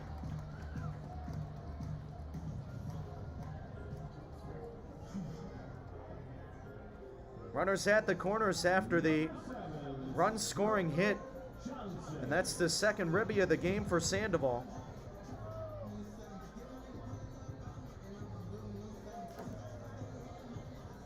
Still nobody out here in this fifth inning, and it's Joe Johnson coming to the plate. That was on an 0-2 pitch from Wiltsey. He deals. Breaking ball at the knees, strike 1. And Cindy, I did see your comment in the Otters Digital Network chat, so I just want to say thank you very, very much. That means the world to me, and I'm glad you've enjoyed the ride. It's been my pleasure to call the action this season. The 0-1. Fastball misses inside. Certainly been a learning experience for me in the booth. I haven't always been perfect. I haven't always gotten it right. But I know that I have enjoyed every single moment of this season. The good and the bad. The 1-1. This is lifted back over the screen, fouling out of play. It's now 1-2. So I thank all you guys for bearing with me throughout this season. I've been the only voice except for one game, so I hope you haven't gotten too sick of me, but it truly has been a pleasure. And we'll save the rest of that conversation for the postgame. The pitch, grounder hit to first. Mendham picks it up, fires to second for 1. Nobody was covering first. Zinn was late to get over there, as was Wiltsey. And a run will come in to score. Well, Mendham picked that up. He didn't think about going home. But I think he may have had a shot to gun down Sanchez if that's where his initial mindset was, because the throw, or rather the ball, took him home. He charged on it. Well, now batting, it's Christian Kuzemka. First pitch in there for a strike, and the count is 0-1. So because Mendham was charging on that ground ball, I thought maybe he was going to go home at first. But now it's 6-0 Windy City. Excuse me. Pitch misses outside from Wiltsey, and the count is 1-1. Runner on first, one out after the fielder's choice RBI from Joe Johnson. That's his second RBI tonight.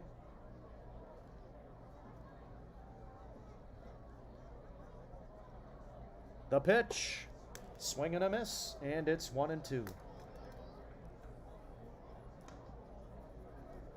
2 runs have scored in this 5th inning for Windy City. Now the next offering. And the 2-2 is swung on and missed. A strikeout for Ryan. Able to set down Kuzemka for out number 2. And that'll send up J.J. Figueroa. Number 6, J.J. Figueroa.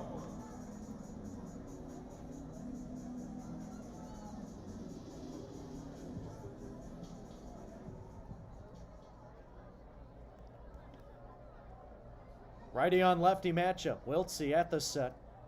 He twirls and deals.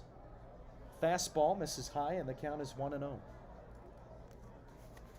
Ryan this season before tonight, 20 appearances, 38 innings, and a 4.26 ERA. He offers the 1-0.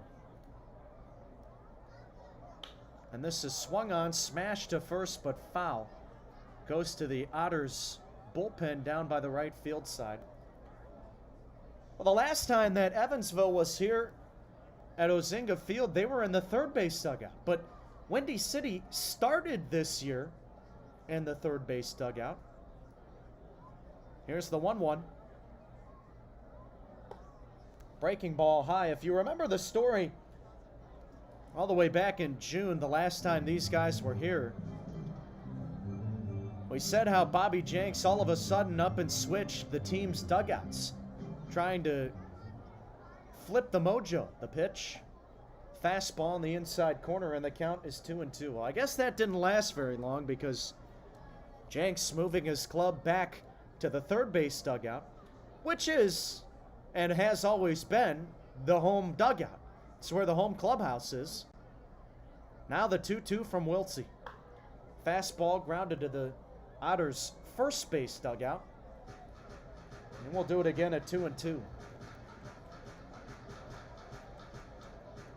Jenks is an interesting guy to talk to. Another former major leaguer who has taken over at the helm for Windy City. The 2-2. Breaking ball launched foul right side. We'll do it again. But Jenks spent his pitching days with the White Sox. And he managed in the Pioneer League a couple of seasons. Won the Pioneer League with Grand Junction back in 2022. Last year it was in the Appalachian League, a collegiate wood bat. And now he's here. The 2-2. Misses inside, and Figueroa has to back up out of the way. The count is now 3-2. Good battle brewing here. Here comes pitch number 8.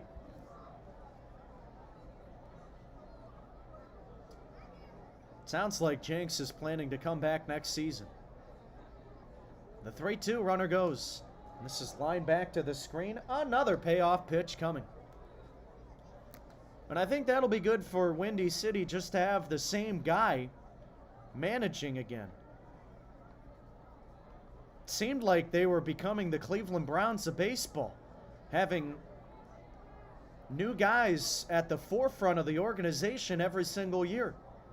The payoff pitch, runner goes. Fastball, swing and a miss. And Figueroa was late on the heater. Wiltsey blew it by him. Couple of strikeouts in the inning. Couple of runs for Windy City. 5 in the books. It's 6-0 Thunderbolts over Evansville on Flow Sports and the Otters Digital Network. I'll tell you what's going on down here, Steve. This is Jake. He's one of our 2024 interns, our promotions interns. He's awesome. He did a great job all year. I always ask the interns if they wanted to do a promotion. Jake chose catch-pitching grade. He's very confident. He's only seen us 47 times. So, all right. We're going to throw quick 3 White Castle sliders at him. See how many you can get. First one here comes. Oh, look at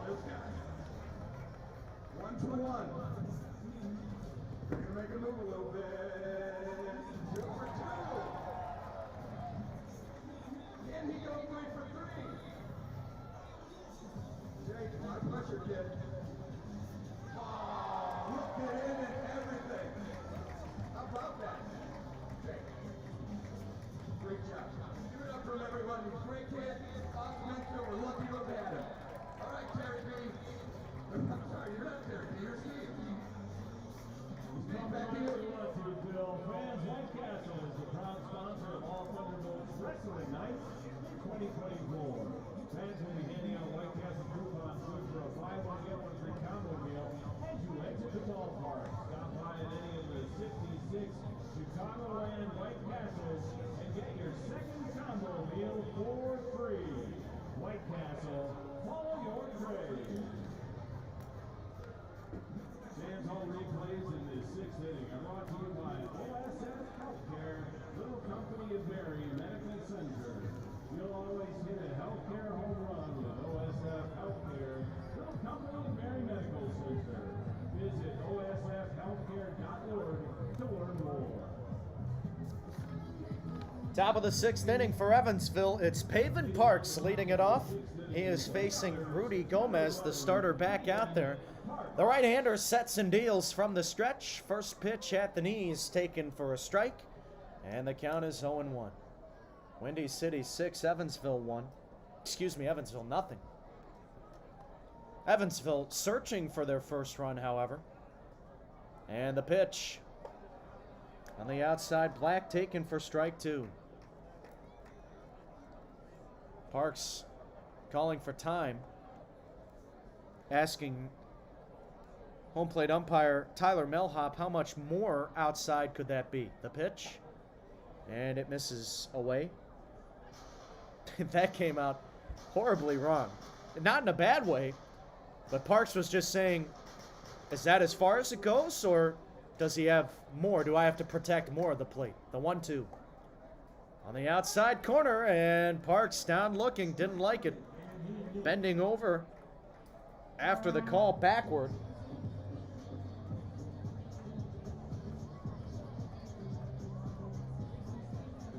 And having a look at the replay, tough to tell with the center field camera not directly centered, but I don't know. I'm not going to make an opinion one way or the other. Parks out number 1 here in the 6th. Now batting, it's Randy Bednar, 0 for 2, 2 Ks. First pitch, swing and a miss, 0-1.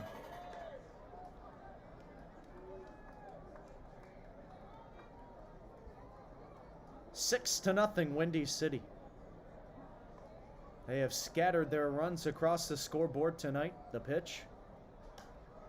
And Bednar fouls it away. He's down in the count 0-2. And the Otters offense held to just 4 hits off of Gomez.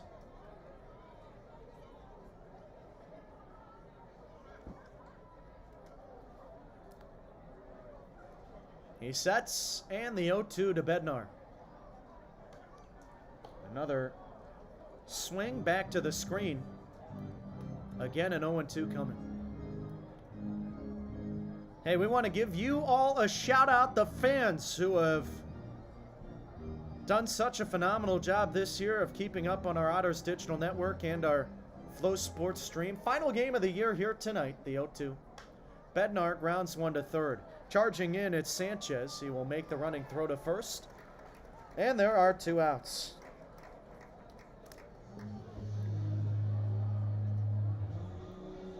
All the people who have been regular commenters, Cindy, Debbie, Multi-Apple, Stan. You have all been a delight, and we wish you the best. I wish you the best throughout the off-season and wherever life takes you after this. Now batting, it's Mason White. First pitch, swing and a miss, and the count is 0-1.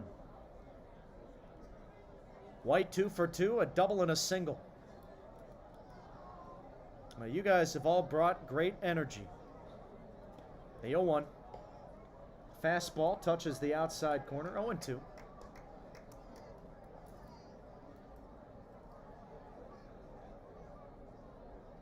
Wonderful night here at Ozinga Field for the final game. The 0-2 pitch from Gomez. Swung on, lifted in the air to the left center gap. This is going to get down. It's extra bases again for White. This rolls all the way to the wall, picked up by Feltz. White gunning for third. Here's the throw to the bag. It's in time. Tag applied by Sanchez, and they got him. A great relay. And White was hustling hard to third. But he's out number 3 at the bag, and the top of the 6th comes to a close. So despite the hit, Gomez faces the minimum, and it's 6-0 Windy City.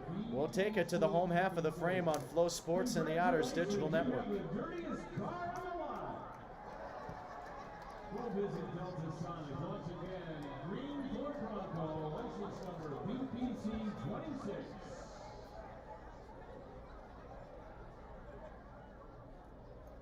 Stop by the box office to pick up your coupon for Delta Sonic.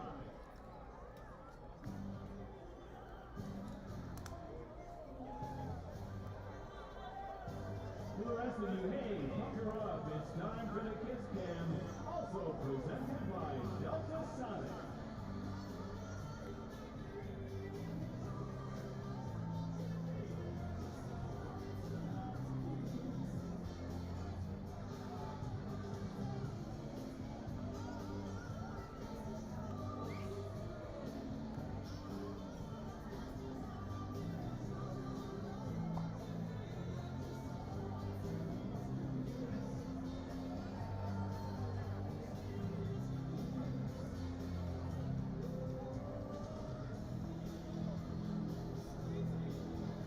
ThunderBolts would like to wish a very happy 33rd birthday to Brittany Mooseman. Happy birthday, Brittany, and many more.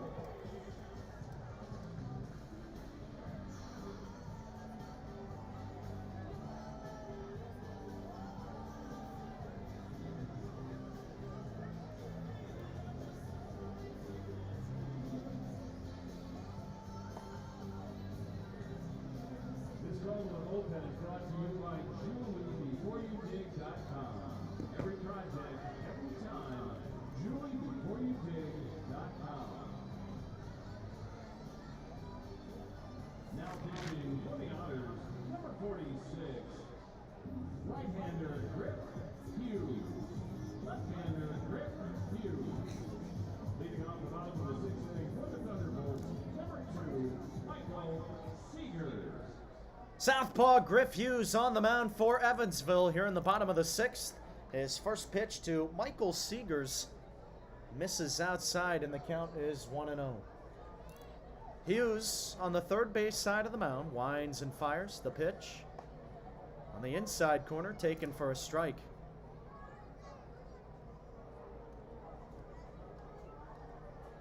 Seegers 1 for 2. He singled his last time up. Here's the pitch. A little nubber down the first base side. It's taken by Mendham. He'll run it to the bag himself.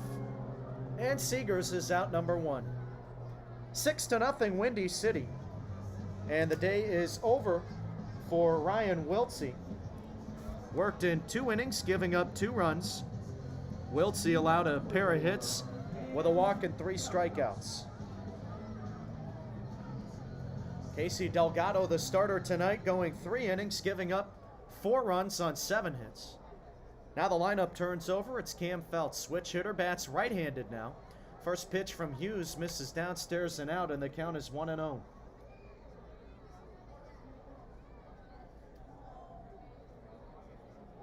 First time that Feltz has batted right-handed this weekend. The 1-0. Swing and a miss. Yesterday on the hill for Evansville, it was Zach Smith, John Beamer, and Tyler Ross. So all right-handers, including Delgado and Wiltsey, here tonight. The 1-1 pitch. Hughes winds and deals.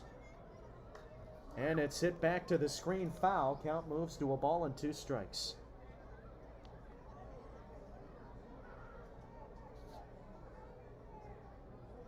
Now Feltz, a little bit better against the left-handed hitters at 266 average, 251 versus the righties. The pitch, and he takes, misses, I don't know, a little bit outside maybe?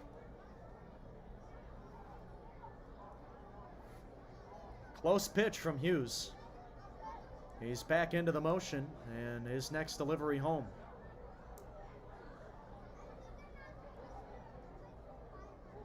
Fastball high, 3-2 now.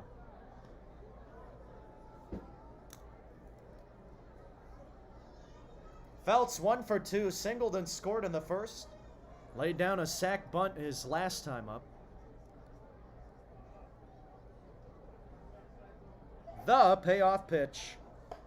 Fastball away. It's a walk. Feltz draws his 30th walk of the year. Number 16, Henry Kusiak. And now it's Henry Kusiak coming to the plate. Kusiak batting right-handed. 1 out in the bottom of the 6th. It's 6-0 Windy City.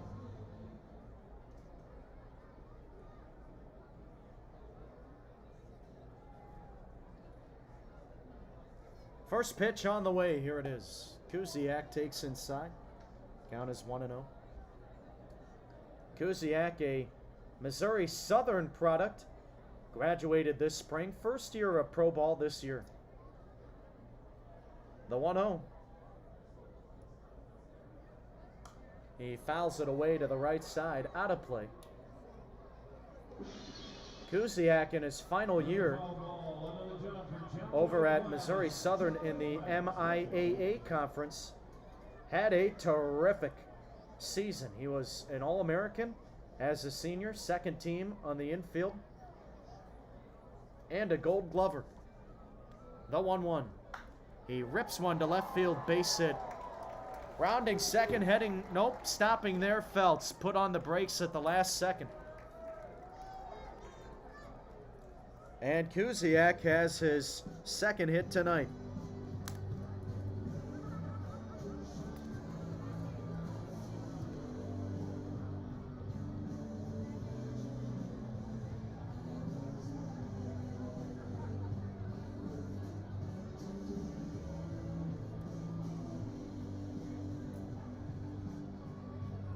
So now coming to the plate, it's Robert Chayka. We have a lengthy mound visit with Logan Brown and Griff Hughes.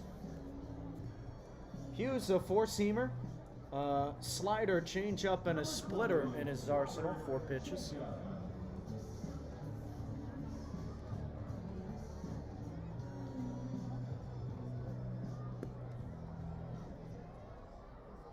Lefty on righty matchup. First and second, 1 out in the 6th. Here comes the pitch, and it's taken inside by Chayka. Count is 1-0. Hughes has been one of the better arms out of the bullpen this year, a 3.14 ERA. This is appearance 36 for him. He offers, and here's the ball lifted in the air, shallow center, in the Bermuda Triangle. Long run for Parks, dives, can't make the catch. Throw comes to the plate. No runners coming there, but it's a soft single and a base hit for Chayka.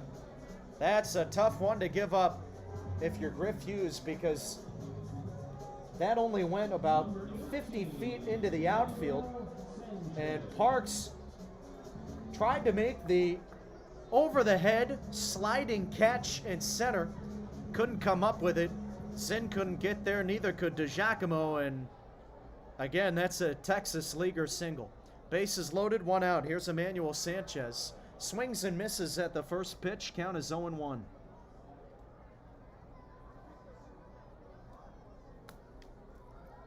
Six to nothing Windy City here in the 6th. 2 hits and a walk in the inning so far allowed by Hughes. He deals, and it's a breaking ball hit out of play to the right side. Quickly now 0-2 to Sanchez. 3 for 3 with 3 singles and 3 runs for the third baseman tonight.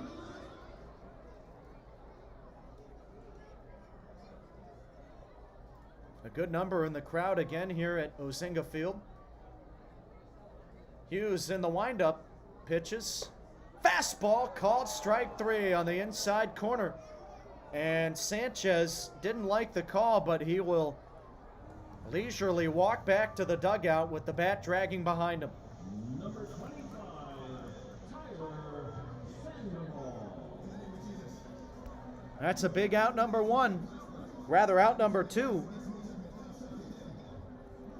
And now it's Tyler Sandoval coming to the plate. First pitch he sees.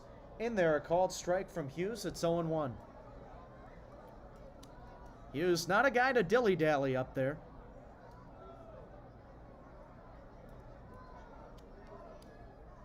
The pitch. Breaking ball, misses away.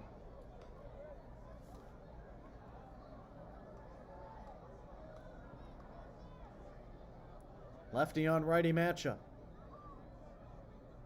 Open stance in the box for Sandoval. The wind and the pitch from Hughes. Swing and a miss, and Sandoval slipped with his front foot, ended up dropping on the back knee, swinging for the moon on that one.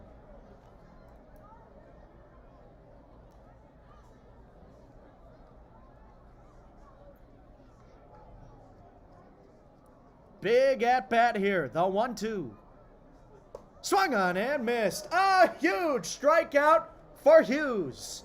And he gets a pair of Ks in the inning. Strands the bases loaded for Windy City. They lead at 6-0 after 6 over Evansville on Flow Sports and the Otters Digital Network. Ladies and gentlemen, it's now time for what many call the most thrilling 30 seconds in all of sports. It's the ThunderBolts Derby presented by Ozinga. Here to call all the action on the field is Bill. Hey, Bill. Hey, Steve, all right, it is the ThunderBolts Derby. We have a red horse, a yellow horse, and a blue horse. They are going to race all the way around the batter's eye in center field and end up to the right of the impact sign. That is our finish line. And for the final, the 48th running of the ThunderBolts Derby this year, we have 3 horse racing experts who think they can correctly predict the outcome of today's race. Please state your name and the horse you think will win. My name is Logan, I'm in the blue one. My name is Jackie, the red one's in the red. My name is Brendan, and I'm in the yellow. Excellent. Good job, guys. All right, no more bets in the stands. The horses are at the gate. We're waiting on the bell. And they're off. A little bit of a slow start, but here comes Red out in front. Blue is making a push. Red, blue, yellow as they go into the batter's eye. The suspense mounts. And spinning on the batter's eye. Card is yellow. But here comes Red. Red's giving him a push at the wire, and it's going to be yellow. Brendan, congratulations. You are a mile by horse race here. And here is a license driver. I've got a lightsaber, right? And I got tickets to you guys. You guys are all going to come back and see us next year, all right? Give it up for our horse racing experts. The 48th running of the ThunderBolts Derby, guys. It's been great. Back to you. Thanks, Bill. Fans, we place in tonight's seventh inning brought to you by Joey's Red Hots, now at 7 locations, including 173rd in Wolf Road in Orland Park and 115th in Western. Looking to cater your next event? Call Joey's Red Hots, 24 hours a day, 7 days a week at 708-654-8000. Joey's Red Hots. Top of the 7th inning, Logan Brown leads it off for Evansville. A new arm out there for the Windy City Thunderbolts, and it's A.J. Chacon. And we'll immediately have time called with our home plate umpire, Tyler Melhop, saying that that's a pitch clock violation. So, we'll begin the inning with a 1-0 count. Here's the first pitch from the southpaw. Bounces in, 2-0. Logan Brown saying, thank you very much. I'll take the great hitter's count. And now sitting on that fastball. 6-0 Windy City. Here's the pitch.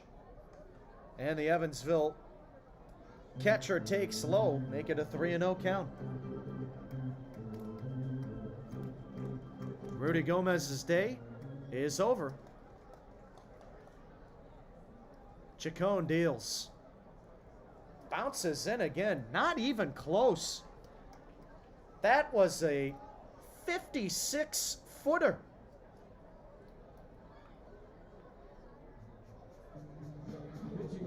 And it's a 3-pitch leadoff walk for Logan Brown. Fans, don't forget, on sale at the Thunder Store, fireworks, glasses, and lightsabers is super. The Otters trying to get onto the scoreboard. It took them until the 8th inning last night. We're into the 7th now, and they have still not been able to put up any runs. 6 runs, 11 hits for Windy City, no errors. And the donut on 4 hits with no errors for Evansville. Now batting, it's J.J. Cruz. First pitch bounces in, a sliding stop to his left for Tyler Sandoval. And the count is 1-0.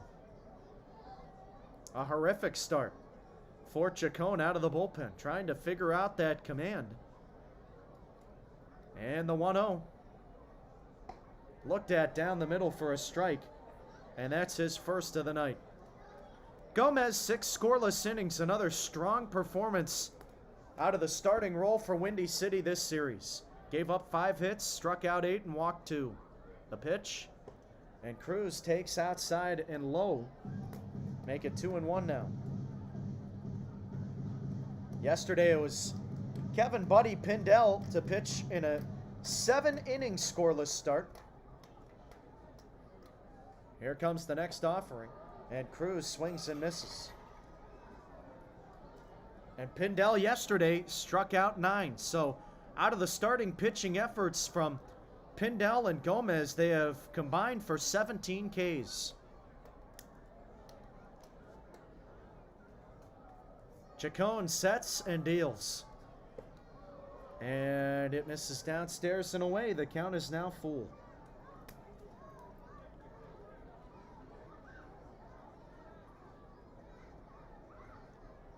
Lefty on lefty matchup. Small lead off of first for Brown. Now the pitch. And Cruz takes outside, ball 4, it's a walk. Back-to-back free passes issued out of the bullpen from Chacon. And now it'll be Clayton Keys coming to bat.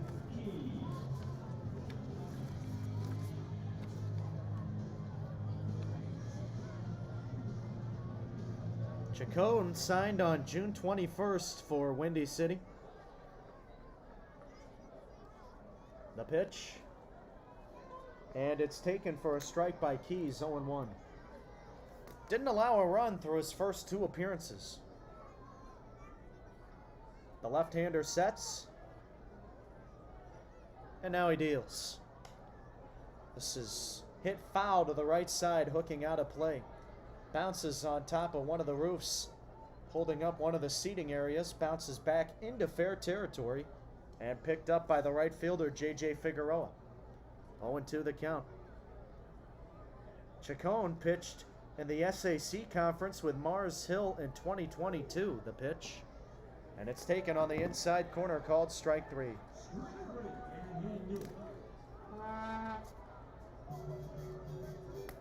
Now batting, Giovanni DiGiacomo.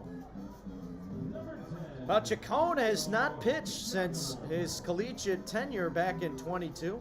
Saw no action last year.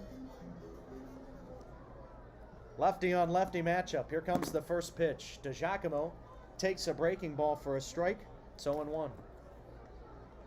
This year for Windy City, a 10.13 ERA and 10 2/3 innings of work.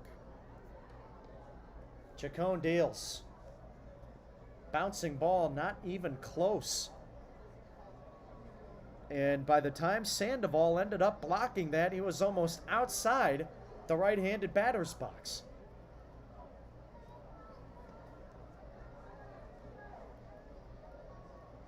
Chacon sets. Now the 1-1. Fastball low and away. DiGiacomo, 1 for 2. He singled his last time up. Runners on first and second, 6-0 Windy City in the 7th. Here's the 2-1.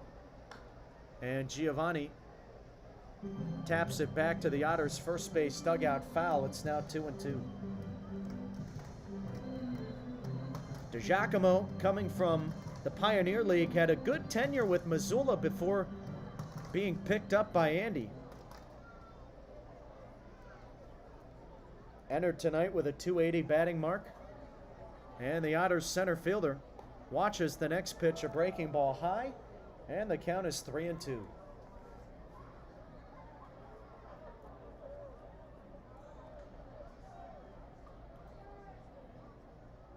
DiGiacomo waving the bat back and forth behind his shoulder. The pitch.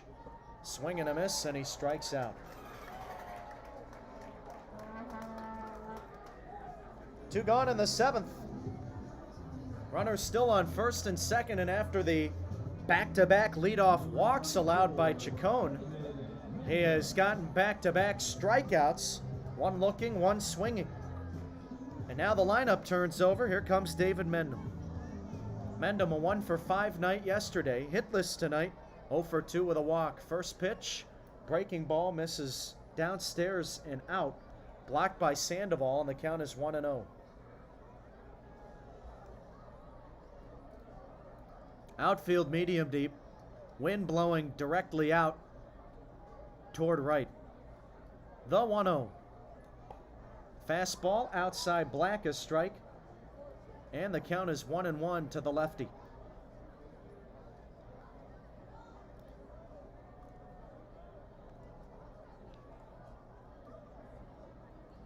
Mendham awaits the pitch. Here it is. And he takes outside.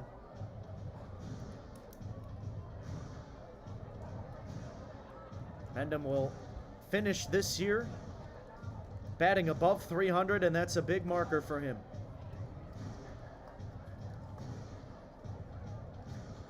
He has snuck back into the top 10 in batting average in the Frontier League. Currently sitting at number 10.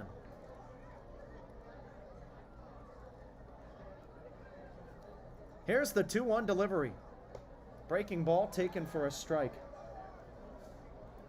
Well, and if you said David would have been out of the top 10 in average in early June when he was batting .380, I think it was fair to say that you would have been deemed as a crazy person. The pitch, and it's hit back to the mound. Chacon fields on the slow grounder. He'll underhand flip to first at Johnson, and he retrieves it. The inning is over. Middle of the 7th, it's stretch time at Ozinga Field, and it is 6-0 Windy City over Evansville.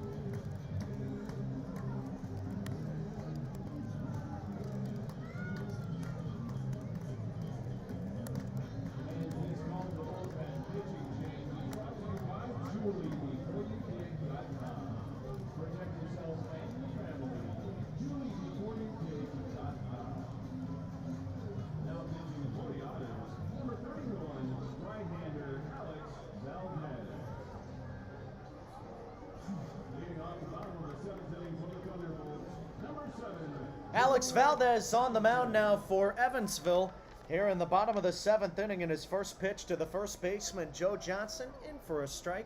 The count is 0-1. 6-0 T-Bolts. Here's the next offering. And it's on the outside black. 0-2 now to Johnson. Griff Hughes' day is now over. And he pitched in 1 scoreless inning, striking out 2, giving up a walk and 2 hits. Johnson calling for time, wants to think things over down in the count. Valdez winds and deals. Swing and a miss, a strikeout. So Valdez immediately picking up a K, and that's 3 in a row dating back to the 6th inning from this Evansville pitching staff. That was a beautiful off speed that just dropped right off the table. It was a slider, but didn't really have much horizontal movement. Ton of vertical drop though. And we'll have a pinch hitter here. It's Will Armbruster. First pitch to him on the inside corner. Misses inside, and the count is 1-0. Armbruster taking over for Christian Kuzemka in the DH role. The wind and the pitch. Fastball at the knees, a strike. Make it a 1-1 count.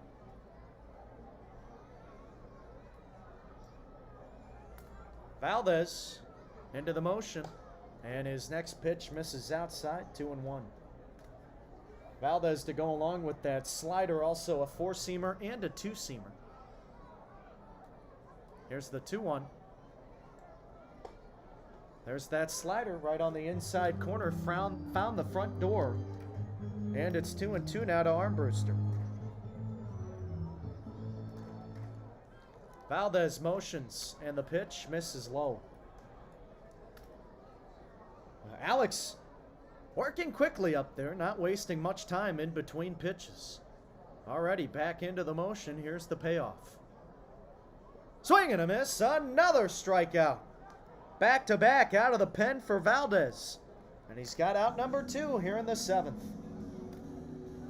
That'll send up J.J. Figueroa, the left-handed hitter. 0 for 2 tonight with a walk and a K. Windy City with a 6-0 lead here in the 7th. Valdez on the third base side of the mound, winds and fires. First pitch in for a strike, it's 0-1. Here comes his next offering. And it's taken low, make it a 1-1 count. Infield playing back, outfield playing deep. Figueroa, 2 home runs, 16 RBIs this season. The pitch. And he lines it back to the screen. Now it's 1-2. Base is empty. Figueroa digs back in. Touches the outside part of the plate with his bat. Now the 1-2. Swings at it, loops one into shallow left. Charging in is Bednar. Excuse me, that's Keys, and he will make the catch. So a 1-2-3 inning for Valdez here in the 7th inning. And we'll take it to the 8th with Windy City leading Evansville 6-0. Presented by Fountain Hills Golf Course in Alton. We have a twosome on the field on the third base side. Let's check in with their caddy, Bill. Hey, Bill. All right, Steve, this is a very special edition of Closest to the Pin. Sponsored by good friends at Fountain Hills and Alsha. We've got 4 Thunderbolts players who have been so generous with their time to participate all year long. They're going to get 1 shot each. Whoever's closest to the pin is our ultimate winner for 2005. That's Buddy Pinnell with the first shot.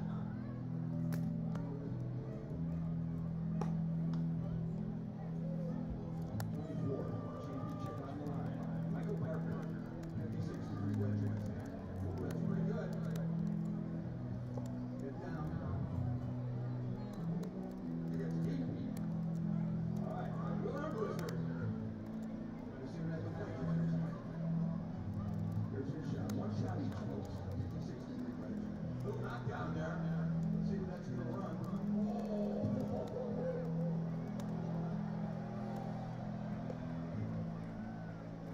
Will Armbruster.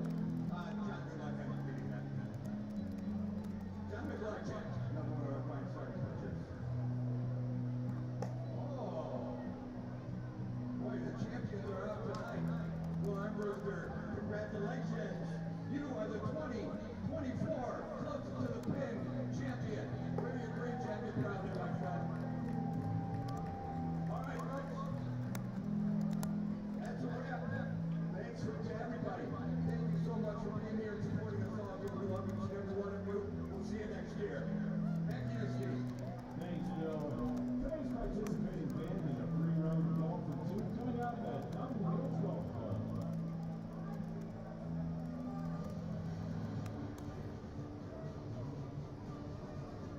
Delvin's in at the dish.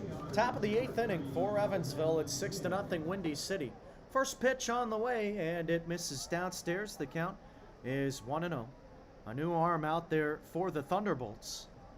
And it'll be a right-hander taking over. It's Bryce Helgeth. He throws home and Zinn fouls it away. Count moves to 1-1. Right-hander Bryce Helgeth. A.J. Chacon throwing a scoreless inning. That was in the 7th. The set and the pitch. Fastball misses just a hair in, 2-1. And Chacon didn't give up any hits, but walked a couple, struck out 2 as well. The pitch. Zinn lines it back to the screen.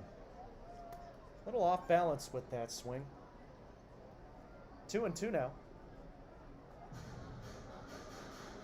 And let's say for Chacon, that command was spotty at best right out of the pen, but he ended up figuring things out later in the inning.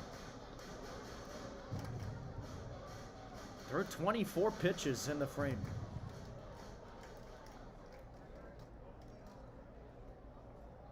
Helgeth comes to the set. Third base side of the mound, he deals. Zinn hits it back up the middle, base hit. So the Otters with a leadoff base runner. And that is the third time that they've been able to have that tonight. Now coming to the plate, it's Paven Parks. A 1-for-2 effort so far. A walk and a strikeout. 6-0 Windy City here in the 8th. The pitch, and the left-handed hitter takes inside. The count is 1-0.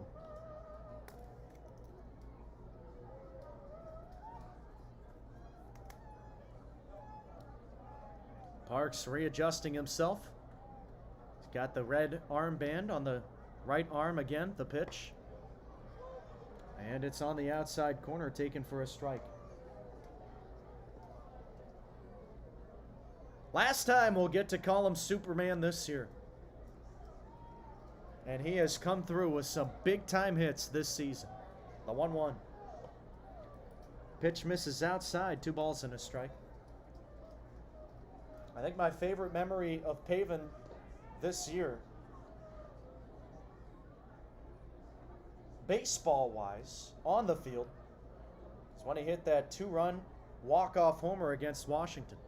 He takes downstairs, make it a 3-1 count now, and that was right after the All-Star break. Evansville was trying to find a sliver of success, and Parks kicked off the second half in the right direction, and Evansville ended up taking 2 out of 3 games from the Wild Things that series. Now the 3-1 pitch from Helgeth. Swung on, a grounder hit out towards second. It's Seegers up with it. Throw to second for 1. Relay back to first. It's a double play.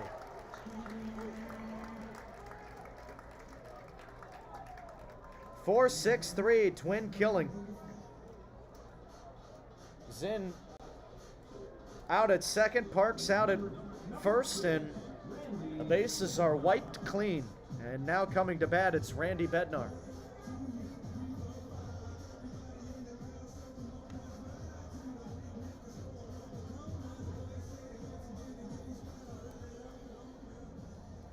Bednar 0 for 3 with 2 Ks tonight. The pitch to the right-handed hitter. He takes on the inside corner, and the count is 0-1. 6-0 Windy City. We're in the 8th inning. Now the next pitch. Grounder hit to third, just foul. And it was towed right across the line before crossing the third base bag. Count moves to 0-2 for Randy. He had a good day at the plate yesterday. 3 for 4 with an RBI, a double and a run. Led the offense in the hits department. Now his 0-2. And he watches a breaking ball outside.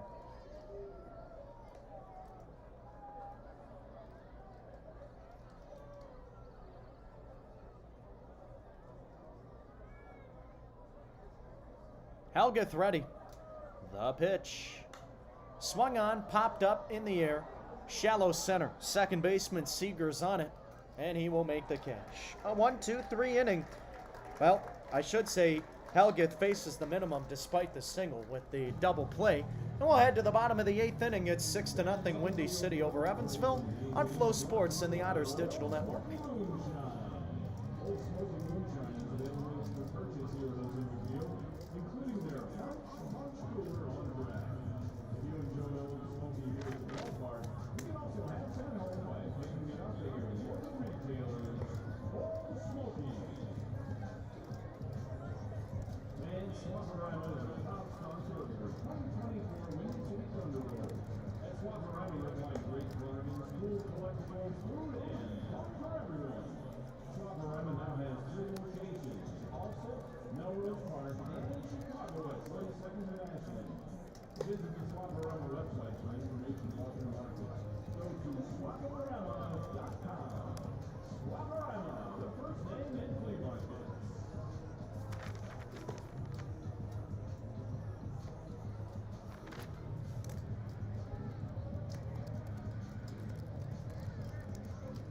Messages today discover how you can get more at Moraine Valley. Go to morainevalley.edu to register. Moraine Valley Community College, changing lives for a changing world.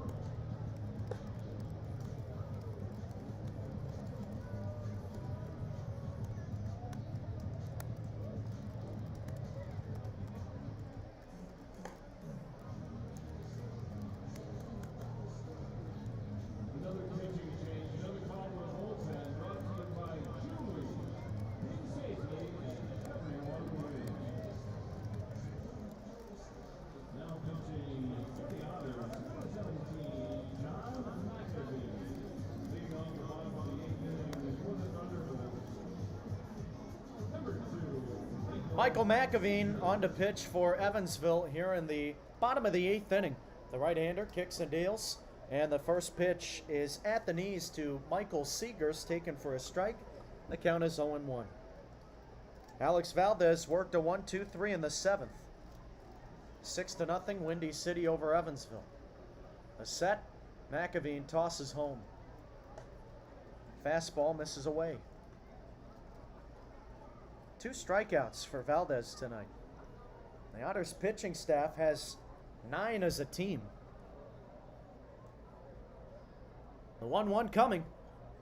And Seegers swings at it and hits a soft line drive into right field. That gets through for a base hit.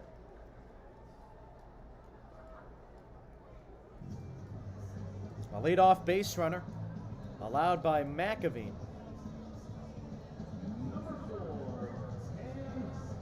And now it'll be Cam Feltz coming to the plate. Switch hitter with the baby blue bat. That is a sweet bat from Feltz. Batting left-handed again. Here's the pitch to him. He fouls it back to the screen. And that went off one of the poles to the backstop. Kicked back into fair territory. Or rather, stayed in foul territory, but down the third base side.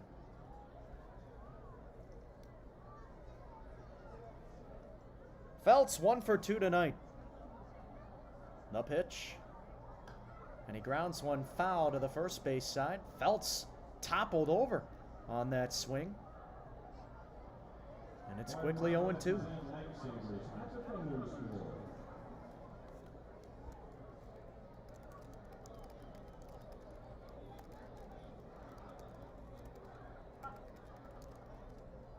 Casey Delgado going 3 innings, allowing 4 runs on 7 hits with 2 Ks.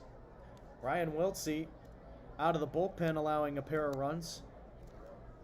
Griff Hughes and Valdez throwing scoreless innings. Feltz a little shaken up. He's kicking his right foot like a horse just outside the left-handed batter's box. He seems to be okay. And he digs back in. Now the 0-2 from McAveen. Swung on, grounded to first, could be two. Mendham hoists it on over to second. Relay back to first. Mendham covers the bag himself, and it's a double play. 3-6-3, twin killing. And that erases the leadoff base hit by Seegers. There are now 2 outs here in the bottom of the 8th inning. And a nice effort by the shortstop, a pat on the butt from McAveen, who was also over there, to give it to Mendham, the first baseman. So a good tag team tandem by the first baseman and shortstop. And now batting, it is Henry Kuziak. First pitch to him misses outside on a breaking ball.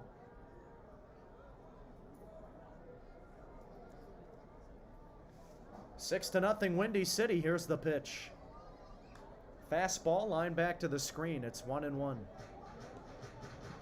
Final game of the 2024 season tonight. We do not have a schedule for 2025 yet, so don't know exactly how many days the offseason will be. Here's the pitch from McAveen. Looked at, low, missed below the knees, and the count is 2-1. We'll see if the Otters bats can find the scoreboard here tonight and their final offensive chance in the 9th. The 2-1. Breaking ball away. Seems rather obvious, but it would be nice for them not to get shut out in the final game of the season. And unless Evansville can mount a historic comeback, they will lose 7 in a row to end the year. The pitch. Called a strike at the knees taken by Kuziak, and the count is now full. Windy City distributing 3 runs onto the board in the first, 1 in the 3rd, and 2 in the 5th. They have a dozen hits tonight. The 3-2. Swung on, lined into left center field. That's going to get down for at least a single. Kuziak taking a hard turn at first, but he'll drop the anchor there. It's another base hit.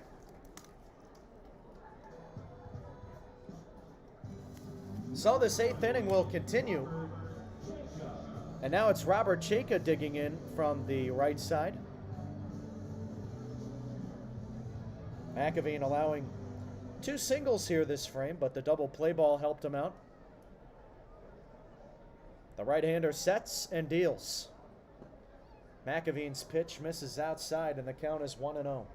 Four-seam fastball, cutter curveball slider. No, he does not throw 2 cutters. Here's the 1-0. Fastball in.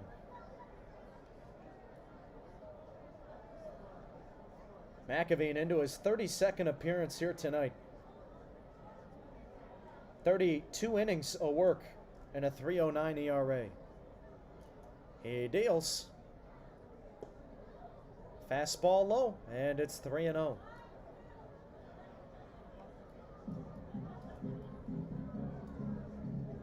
What a fun ride it's been this year. And the glorious lights are on, a calm night in the atmosphere to finalize things. The 3-0. Get me over strike. And it's 3-1 to Chayka.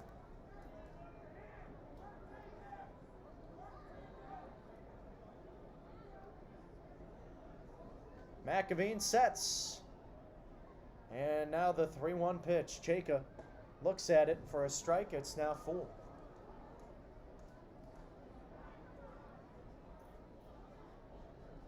There's a left-hander warming up in that Windy City bullpen. The payoff from McAveen. Runner goes. And this pitch misses downstairs. It's a walk.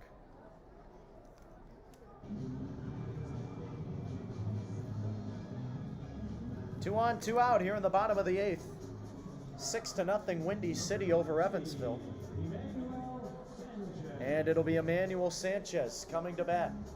A 3-for-4 night with a trio of runs, all singles to his card, and 1 strikeout.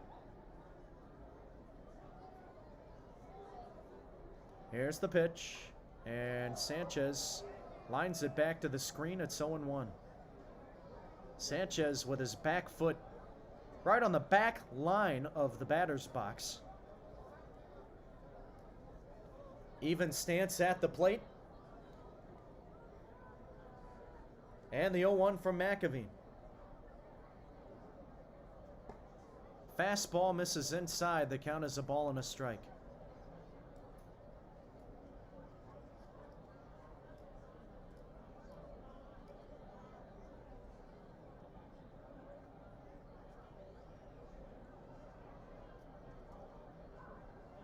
McAveen ready, takes a breath, and the 1-1. Swing and a miss, and it's 1-2. Jake on first, Kuziak on second. On deck, Tyler Sandoval, and he's had a good night at the plate, 2 for 4 with a couple of RBIs. Outfield playing back. And the 1-2. Swung on, launched in the air, high and deep to left center. DiGiacomo on the horse, and he will make the running catch onto the warning track. That'll do it. 8 in the books. One final chance offensively for Evansville in 2024. When we come back, it's 6-0 Windy City on Flow Sports and the Otters Digital Network. Very important announcement for you. The kids get to run the bases after the fireworks tonight. Don't forget, super mega fireworks and run the bases.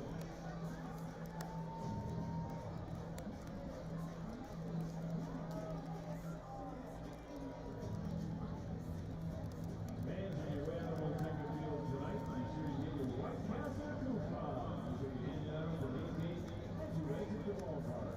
Just present your coupon, order a combo meal, and the second combo meal is free. White Castle is a proud sponsor of your Windy City ThunderBolts and the White Castle Thursday Night Wrestling here at Evansville Field. White Castle, long live sliders.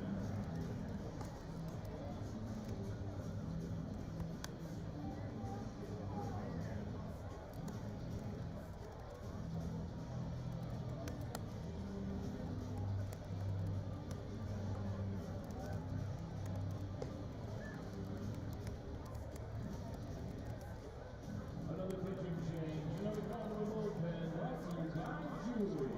Adding a building, planting, or fixing anything outdoors? Call Julie first at 811.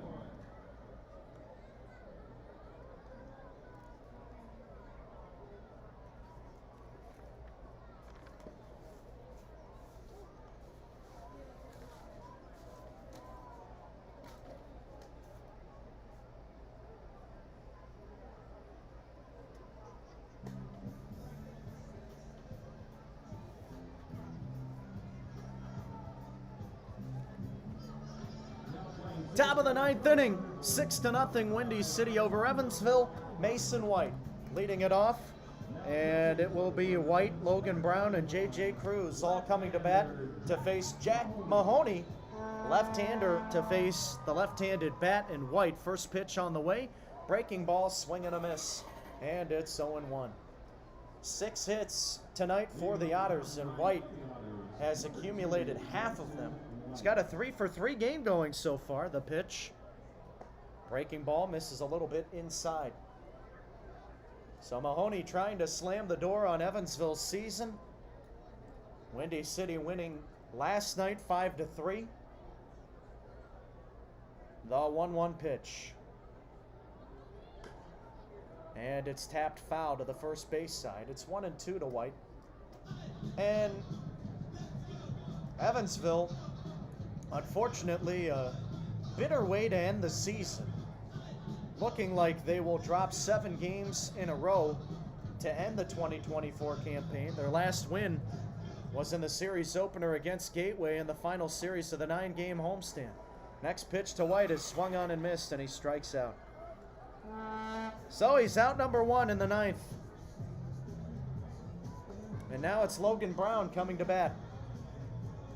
Infield playing back, outfield medium deep. 6-0, Windy City here in the 9th.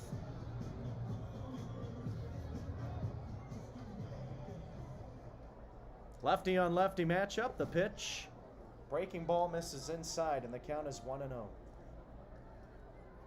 Mahoney, a tall pitcher out there, 6'8" on the mound. He deals. And this is a line drive out into shallow left. Going to drop in for a base hit for Brown. He's got a single.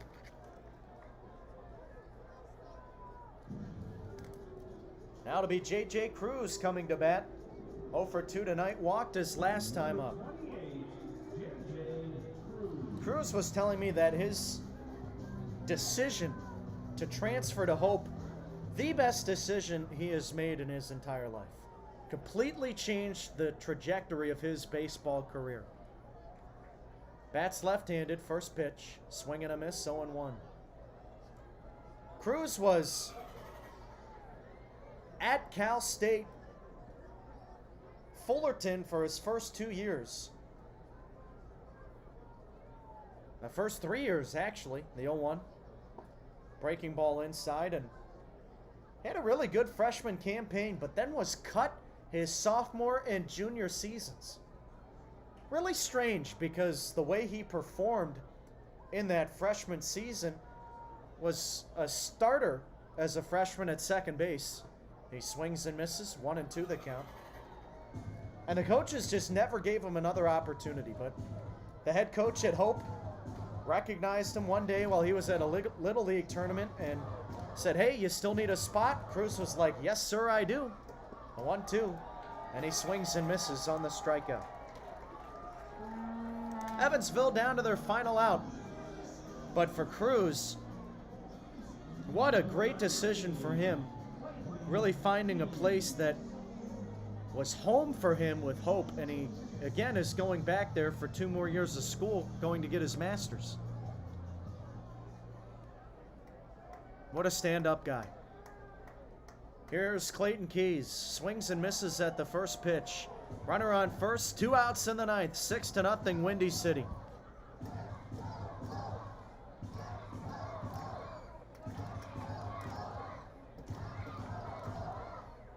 Now the 0-1. And Keys takes a fastball high and away.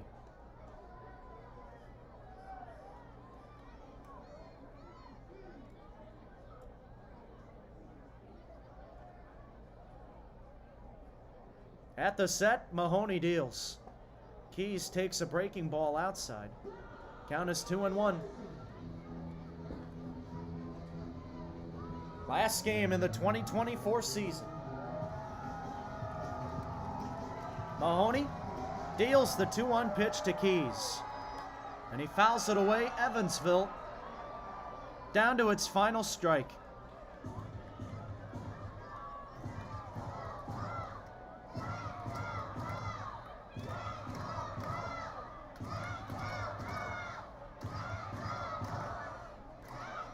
Mahoney sets the 2-2. Swing and a miss. A check swing from Keys. Went too far around. Ladies and gentlemen, that's all for the 2024 season. The Evansville Otters falling tonight to the Windy City Thunderbolts. A final score of 6-0 here at Ozinga Field. We'll have a lengthy post-game show, so make sure to stick around back after this on Flow Sports and the Otters Digital Network.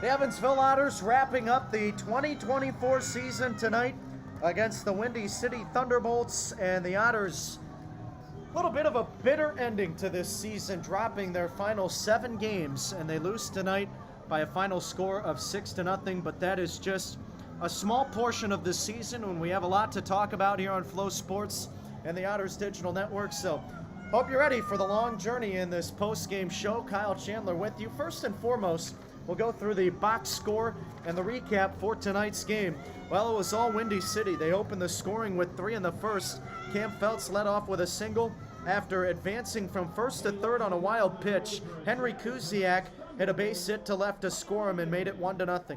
Kuziak then scored after a single from Emmanuel Sanchez 2 batters later. Tyler Sandoval knocked him in with another RBI hit, and then it was a steal of home for Sanchez as he worked on the double steal with Sandoval going to second. The throw went to the bag, and then Sanchez came in to score, which made it 3-0. In the third inning, the T-Bolts added another, a 1-out single for Sanchez. 2 batters later, he scored on the Joe Johnson RBI single to make it 4-0. Final 2 runs of the game came in the 5th. A leadoff walk followed by a single from Robert Chayka and Emmanuel Sanchez for Windy City. An RBI base hit for Tyler Sandoval, and then the next batter, Joe Johnson, had a fielder's choice RBI to finalize the runs. And again, Windy City walked away with a 6-0 victory. So, final box totals here tonight. Windy City, 6 runs on 13 hits. All runs were earned. They had no errors and 10 left on base. For Evansville, they were blank tonight. No runs on 7 hits, no errors in the field, 8 left on base. The winning pitcher here tonight, Rudy Gomez, pitched in 6 innings of scoreless baseball, gave up 5 hits, struck out 8, and walked 2. And the losing pitcher for Evansville, Casey Delgado, and Delgado pitched in 3 innings tonight, giving up 4 runs, 7 hits, with 2 Ks and 2 walks. With the win, Gomez finishes the year at 4-4. With the loss, Delgado drops to 2-2. Out of the bullpen for Evansville tonight, Ryan Wiltsey pitched in 2 innings, giving up 2 runs on 2 hits, 3 Ks, and a walk. Griff Hughes worked a scoreless frame, walking 1 and striking out 2 on 2 hits. Alex Valdez worked a 1-2-3 in the 7th, striking out 2. And Michael McAveen pitched a scoreless 8th, giving up 2 hits with a walk and no strikeouts. The attendance numbers tonight, 3,391. Final time of today's game, 2 hours and 31 minutes. It was a gorgeous night at the ballpark. We started at 81 degrees and sunny skies, and we finished with a clear night sky here in Crestwood. 73-degree temperatures right now. Fireworks show going off in the background. And with the win, Windy City will finish the season with 40 wins, 40-56. Evansville finishes 41-55. Now we'll go into the opinionated section, and just a lot to cover with how the season went overall, so I'll give my thoughts. And first and foremost, before we go any further, I want to say what a pleasure it was to call these games for all of you tuning in this season. I couldn't have done it without my Lord and Savior, Jesus Christ. And I just want to say that for anybody who is listening to this broadcast, I really hope that all of you come to find the Lord as your Savior as well, because not too long ago, just a couple of years ago, in fact, I was in a terrible place in my life, and I didn't know what direction I wanted to go in. I was addicted to many things that I should not have been addicted to, and I didn't know where to go next. And I found God, and I found our Lord, and He has completely changed my life around. He got me into broadcasting. He opened my professional career with a season last year with the Lake Erie Crushers. He provided this opportunity to me with the Evansville Otters. He provided me with a wonderful woman, Isabel Wakefield, who is my fiance, and I plan to make her my wife here in January. So she has been another rock in my life, and I couldn't be more thankful for her as well. So I want to give out the thanks to her, to God, and to my family, my dad, Scott, and my stepmom, Marie, they have been terrific in supporting me throughout my young professional journey. I'm only 22 years old, and I don't have all the answers. I've made plenty of mistakes this year. I probably said some things that I shouldn't have said. I've tried to give you my best, night in and night out on the broadcast, and folks, I really hope that you guys listening have enjoyed the ride along the way just as much as I've enjoyed calling it, because these games have been such a thrill, and even in the lows of the season, you know what, at the end of the day, we all get to work in sports, these players, everybody in the front office, the managers, and how blessed are we to be able to provide this content for you. And it hasn't gone by the wayside in that regard. There's not a day where I have not thought about how lucky of a person I am to be in this position, and I just want to say thank you to all you guys from the bottom of my heart for everything that you guys have done listening to these games and coming to the games at Bossy Field, tuning in on the Otters Digital Network and Flow Sports. You guys are the reason why we were able to do this, supporting the Otters. And while it wasn't the season that Evansville wanted, still a lot of positives, and I want to leave you guys off on some of those positives rather than the down low points of the season. So we'll start all the way back at the beginning of the year. Patrick Lee was a real bright spot for this club, and Lee ended up being signed by the Detroit Tigers organization. He's now at AA, and he has been such a light to the Otters this year, being signed early. Only spent 11 games with the club, but boy, oh boy, did he do some serious damage early in the year for Evansville, and it was really, really fun to see him do his thing. So we wish Patrick all the best, and we wish him continued success as he ventures on into the minor leagues. And for the rest of these players, we've had a lot of other great moments. Of course, we're not done, but we want to wish them the best in all their future endeavors as well. So, you know, guys like Dakota Phillips coming back and Andy McCauley calling him back to the Otters, what a huge addition he was. An unfortunate ending with that injury, but my goodness, you cannot talk about this 2024 season with Evansville without mentioning Dakota Phillips. And Phillips breaking the all-time Otters home run and RBI records, and that was a terrific moment for the organization. Memories that we will have forever. Everybody who was able to witness that, everybody who either saw it in person or on the Otters Digital Network and Flow Sports or Twitter, or however you were able to come across Dakota breaking those milestones. It truly was an incredible feat, and he has solidified himself in the record books as one of the greatest Otters of all time. And there have been a lot of conversations as to the team retiring his number during the offseason, so that he can be an all-time Otter and remembered as one of the greats, and I think that's certainly a fair statement.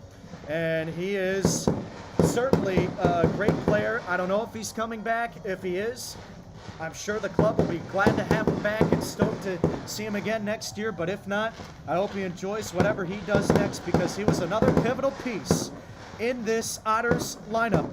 And you know what? He is definitely going to be missed if he does not come back. And Evansville has other players as well. Pavement Parks, another guy that has provided so many fun and exciting moments, walk-off bombs, grand slams, and the list goes on and on. Randy Bednar has made a long-standing impact with this club. He's had a great glove in left field. He has provided some long bombs at times, and Randy Bednar has been another bat in the lineup that has, again, been a mainstay in that cleanup role. He's been great. David Mendham, another guy that will surely be missed if he doesn't come back. And again, I say if he doesn't come back, I don't know really anybody that's going to come back. That's just information that we don't have available to us. We don't know if anybody's signed contract extensions or how that works really with Evansville. So just stay tuned throughout the offseason with the Twitter and Facebook pages, and I'm sure that the front office and our good director of communication, Matt will also keep you guys updated as well. And that's another guy who I have to thank, because Matt Will really took me under his wing and showed me the ropes of how to work in a Frontier League office, and You know, this was really my first season working at home and on the road. Last year with Lake Erie, we didn't travel. So going on the road and doing the different things for the club while away from the friendly confines of Bossy Field, that was a new experience to me. And Matt was big in helping me out along the way in that. So I just want to say thanks to Matt. Thanks to our general manager, Travis Painter, who is another great guy. And, you know, he has helped this Otters organization since coming aboard. And Travis is going to continue to take care of Evansville baseball. Did such a great job with the grounds crew keeping whenever the Otters needed him to step up in that regard. And, you know, there were times where I thought, is Travis the new grounds crew keeper? But no, when our great grounds crew keeper, Dan, was away for a while due to health, Travis really stepped up in that role and took care of business. And he has done such a great job all season long of making sure that this organization can stay stable. And a big part of that is financially. When we had those rainouts during the Schaumburg series, that was really scary for the team. And Travis really held down the ship and calmed the waters. And he was able to make sure that everything was taken care of logistically speaking. So again, a great general manager for Evansville, and I had assumed that he is coming back for next year, so you guys will be set up with him. And yeah, I know I'm missing a lot of people. I know there are not enough thanks that I could give, but I just want to say again that me personally, I want to express my thanks to everybody. It truly has been an incredible season, and I want to reiterate the fact that I could not have done all this without Jesus, and he has been great to me. He can be great to all of you, and I hope you again all come to know him and accept him. He is wonderful, and that's something that's bigger than baseball. This is all fun, and this is all great, but at the end of the day, we have something more to live for than the sports that we love watching, and for me, God is that reason to keep living for and spreading his message. So I just thank him. He's helped me wonderfully and tremendously, and I know he can do the same in all your guys' lives, and I hope that he allows you guys to prosper in whatever avenue you guys take on next. I don't know exactly what route that may look like for all of you, but I've had the pleasure of speaking with a couple of you. Tyler, you've been great. Debbie, you've been great. Cindy, you've been great. And so many of you that I am not mentioning, and you'll have to forgive me for not getting all these names for the players, the coaches. Max Peterson, he did another great job. Billy Easley, Joe Natterman, our Dr. Doc Martin, he did a phenomenal job as well. And ladies and gentlemen, the show has finally come to a close here in 2024. It has been such a privilege, such an honor to call these games for you this year. And before the waterworks start coming, I'll probably close this up and wrap the broadcast up for the final time here in this 2024 season. Your final score once more tonight: Windy City 6, Evansville nothing. The Otters will now endeavor into the long off season, and the Otters will hopefully come back and figure some things out in 2025. Again, not sure who will return, not sure who will go, but just make sure to keep following our Facebook and Twitter pages, because that's where we'll provide all the information throughout the off season. And ladies and gentlemen, one final time, this is Kyle Chandler saying thanks again.